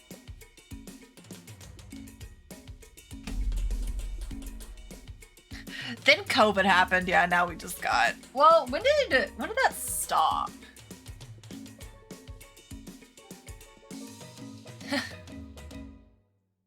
Gosh. Okay. It is. Well, like... Well, like, the yaoi paddles were dangerous too, because glomping was just full body. Like, it's literally just like glomp onto somebody. Yeah. Like, full body weight. And then the yaoi paddling, like, people would just walk up and smack you with yaoi paddles. That's what I'm saying. Like, you would either get somebody just full body weight on you, or you get smacked with a wooden paddle. I wanted to look at my saves really quick. Because I was wondering if I could show y'all the other route that I took.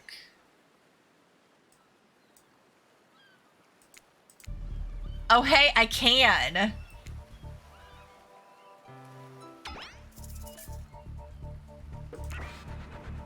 Okay, so it's gonna be quick. Yeah, the trickster one, yeah. I'm gonna show y'all. So this is what happens when, he shows up. Oh, wait.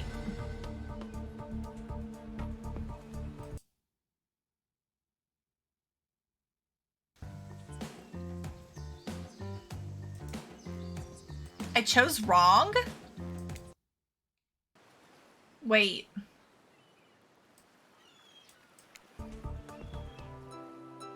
I said easy choice. Sounds amazing. Oh, tough decision. Okay. I can't be too easy, apparently. Alright, blah, blah, blah. Gotcha.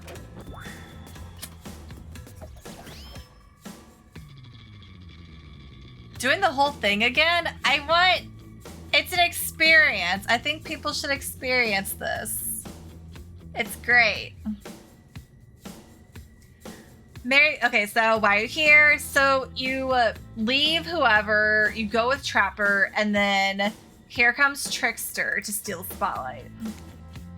I think maybe actually, I don't no idea why we're here. I better ask Wraith what's going on. He probably has all the answers. Anyway, I was saying something. Oh yeah, I want to find love.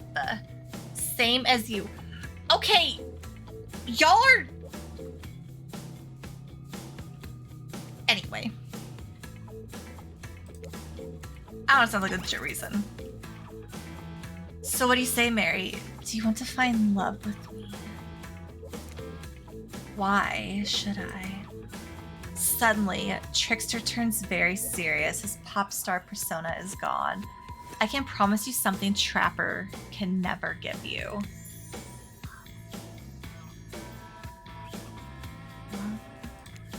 Trapper only wants someone he can use and manipulate for his own gain. A loyal lapdog he'll discard the second he finds a bigger, stronger, meaner puppy he can abuse without fear of being bitten. But I want nothing more than love. Someone and to be loved by them. Not because I'm a celebrity, but for who I am as a person. I don't even know what real love is. No one can see past the person my manager wants them to think I am. But I'm more than a pretty face and a whole lot of skill, and my heart is kind and unburdened by the moral trappings of money, fame, and power, no matter how the world is meant to see me. Trapper doesn't need, nor even really want you for you. That's all I want, you, and nothing else. So what do you say? Will you come with me? Yes! You throw your arms around Trickster. I'm yours, Trickster. Take me away. Okay, look, you fell for it. This is a little joke here about how we knew you'd be so horny for Trickster that you'd sacrifice your entire playthrough to switch tracks now at this seemingly random moment. Haha, joke's on you. We put him in this game because he's an absolute fox, but you can really pursue him. I mean, come on, he's called the Trickster for crying out loud. And this cave belongs to the Trapper, get it? Tricked and trapped, a real 1-2 combo punch to the groin. So it's off to horny jail for you, which in this case is restarting from the beginning of Trapper's date. Don't make this mistake again, you big horny dummy.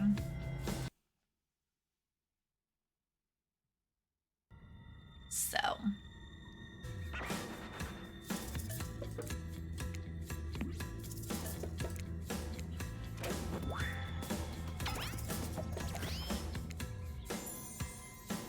he tells us how much he loves us, how he wants to be with us forever and have a dozen babies with us.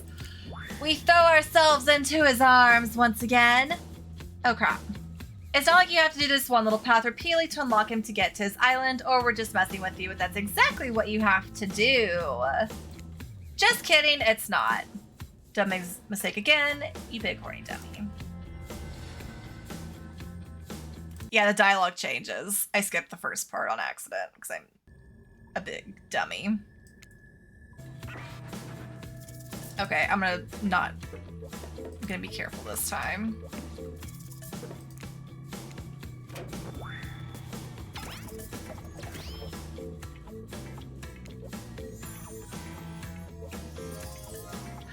Run to Trickster. You throw your arms around the Trickster. I'm yours, take me away. It's not that I'm surprised to see you here again, just disappointed. There is no trickster path. Did you hear that? Believe it, there is no trickster path. Don't make this mistake again. You big horny dummy.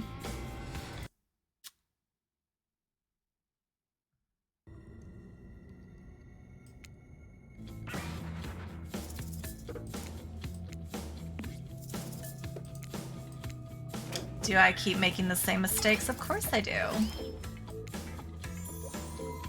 I'm that person. Do you know how many other features we had to cut from the game to continue following up on this silly gag? You think you're in too deep? Think about us. Think about all the hardworking artists, writers, and engineers who worked tirelessly to pay off this gag. Just so what? You could get some achievement? Well, there isn't one. No hidden trickster nudes, no special scene, no nothing. It was all a waste. Don't make this mistake again.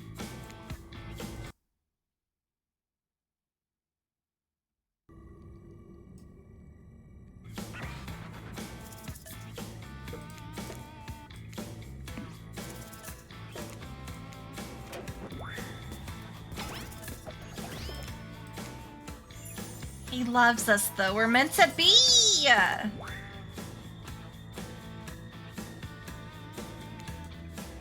Now you're making me mad. Come back here one more time, and I'll do something drastic. You hear me? You hear me? We're talking for real. The nuclear option. We're talking scorched hard drives, barren wastelands of lost data, save files decimated, the end times. Stay away. Don't make this mistake again. You big horny dummy.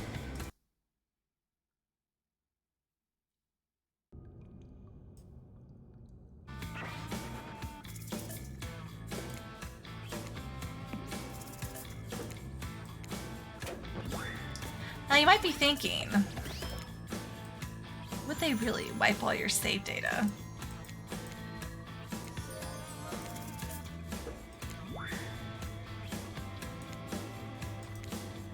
You just don't learn. Okay, well, now you have to go back to the very, very beginning, and if you come this way again, you're going to get the exact same result. Deleting data, rebooting, see you in horny jail.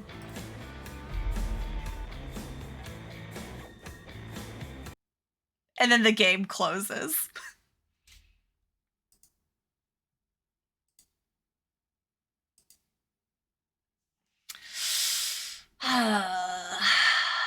The things I do for love, for Trickster. Things I do to be acknowledged.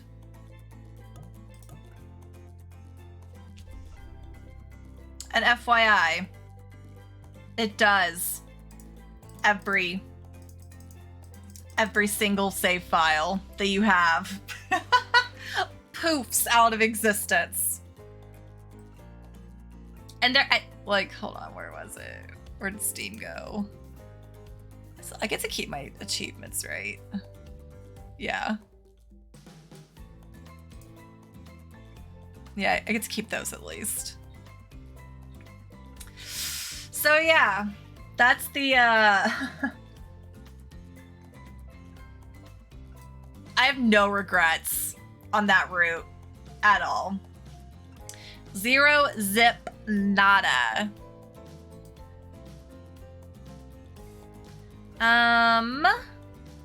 Let's see. Do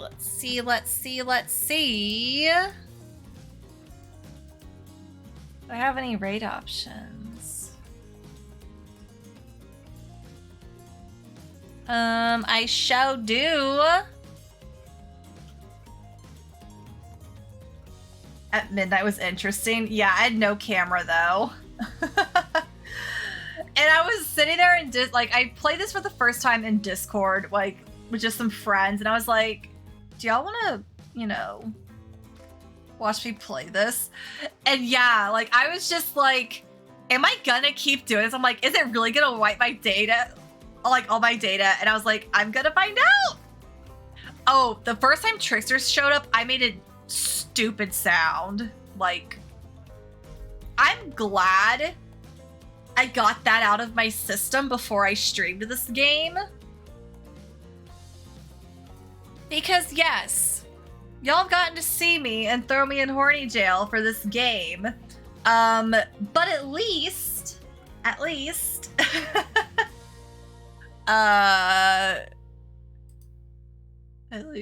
I was able to control it. Probably, but more, yeah, probably similar, same reaction. Okay, good news is, even though it is kind of late, it is a Friday. We got a couple raid options.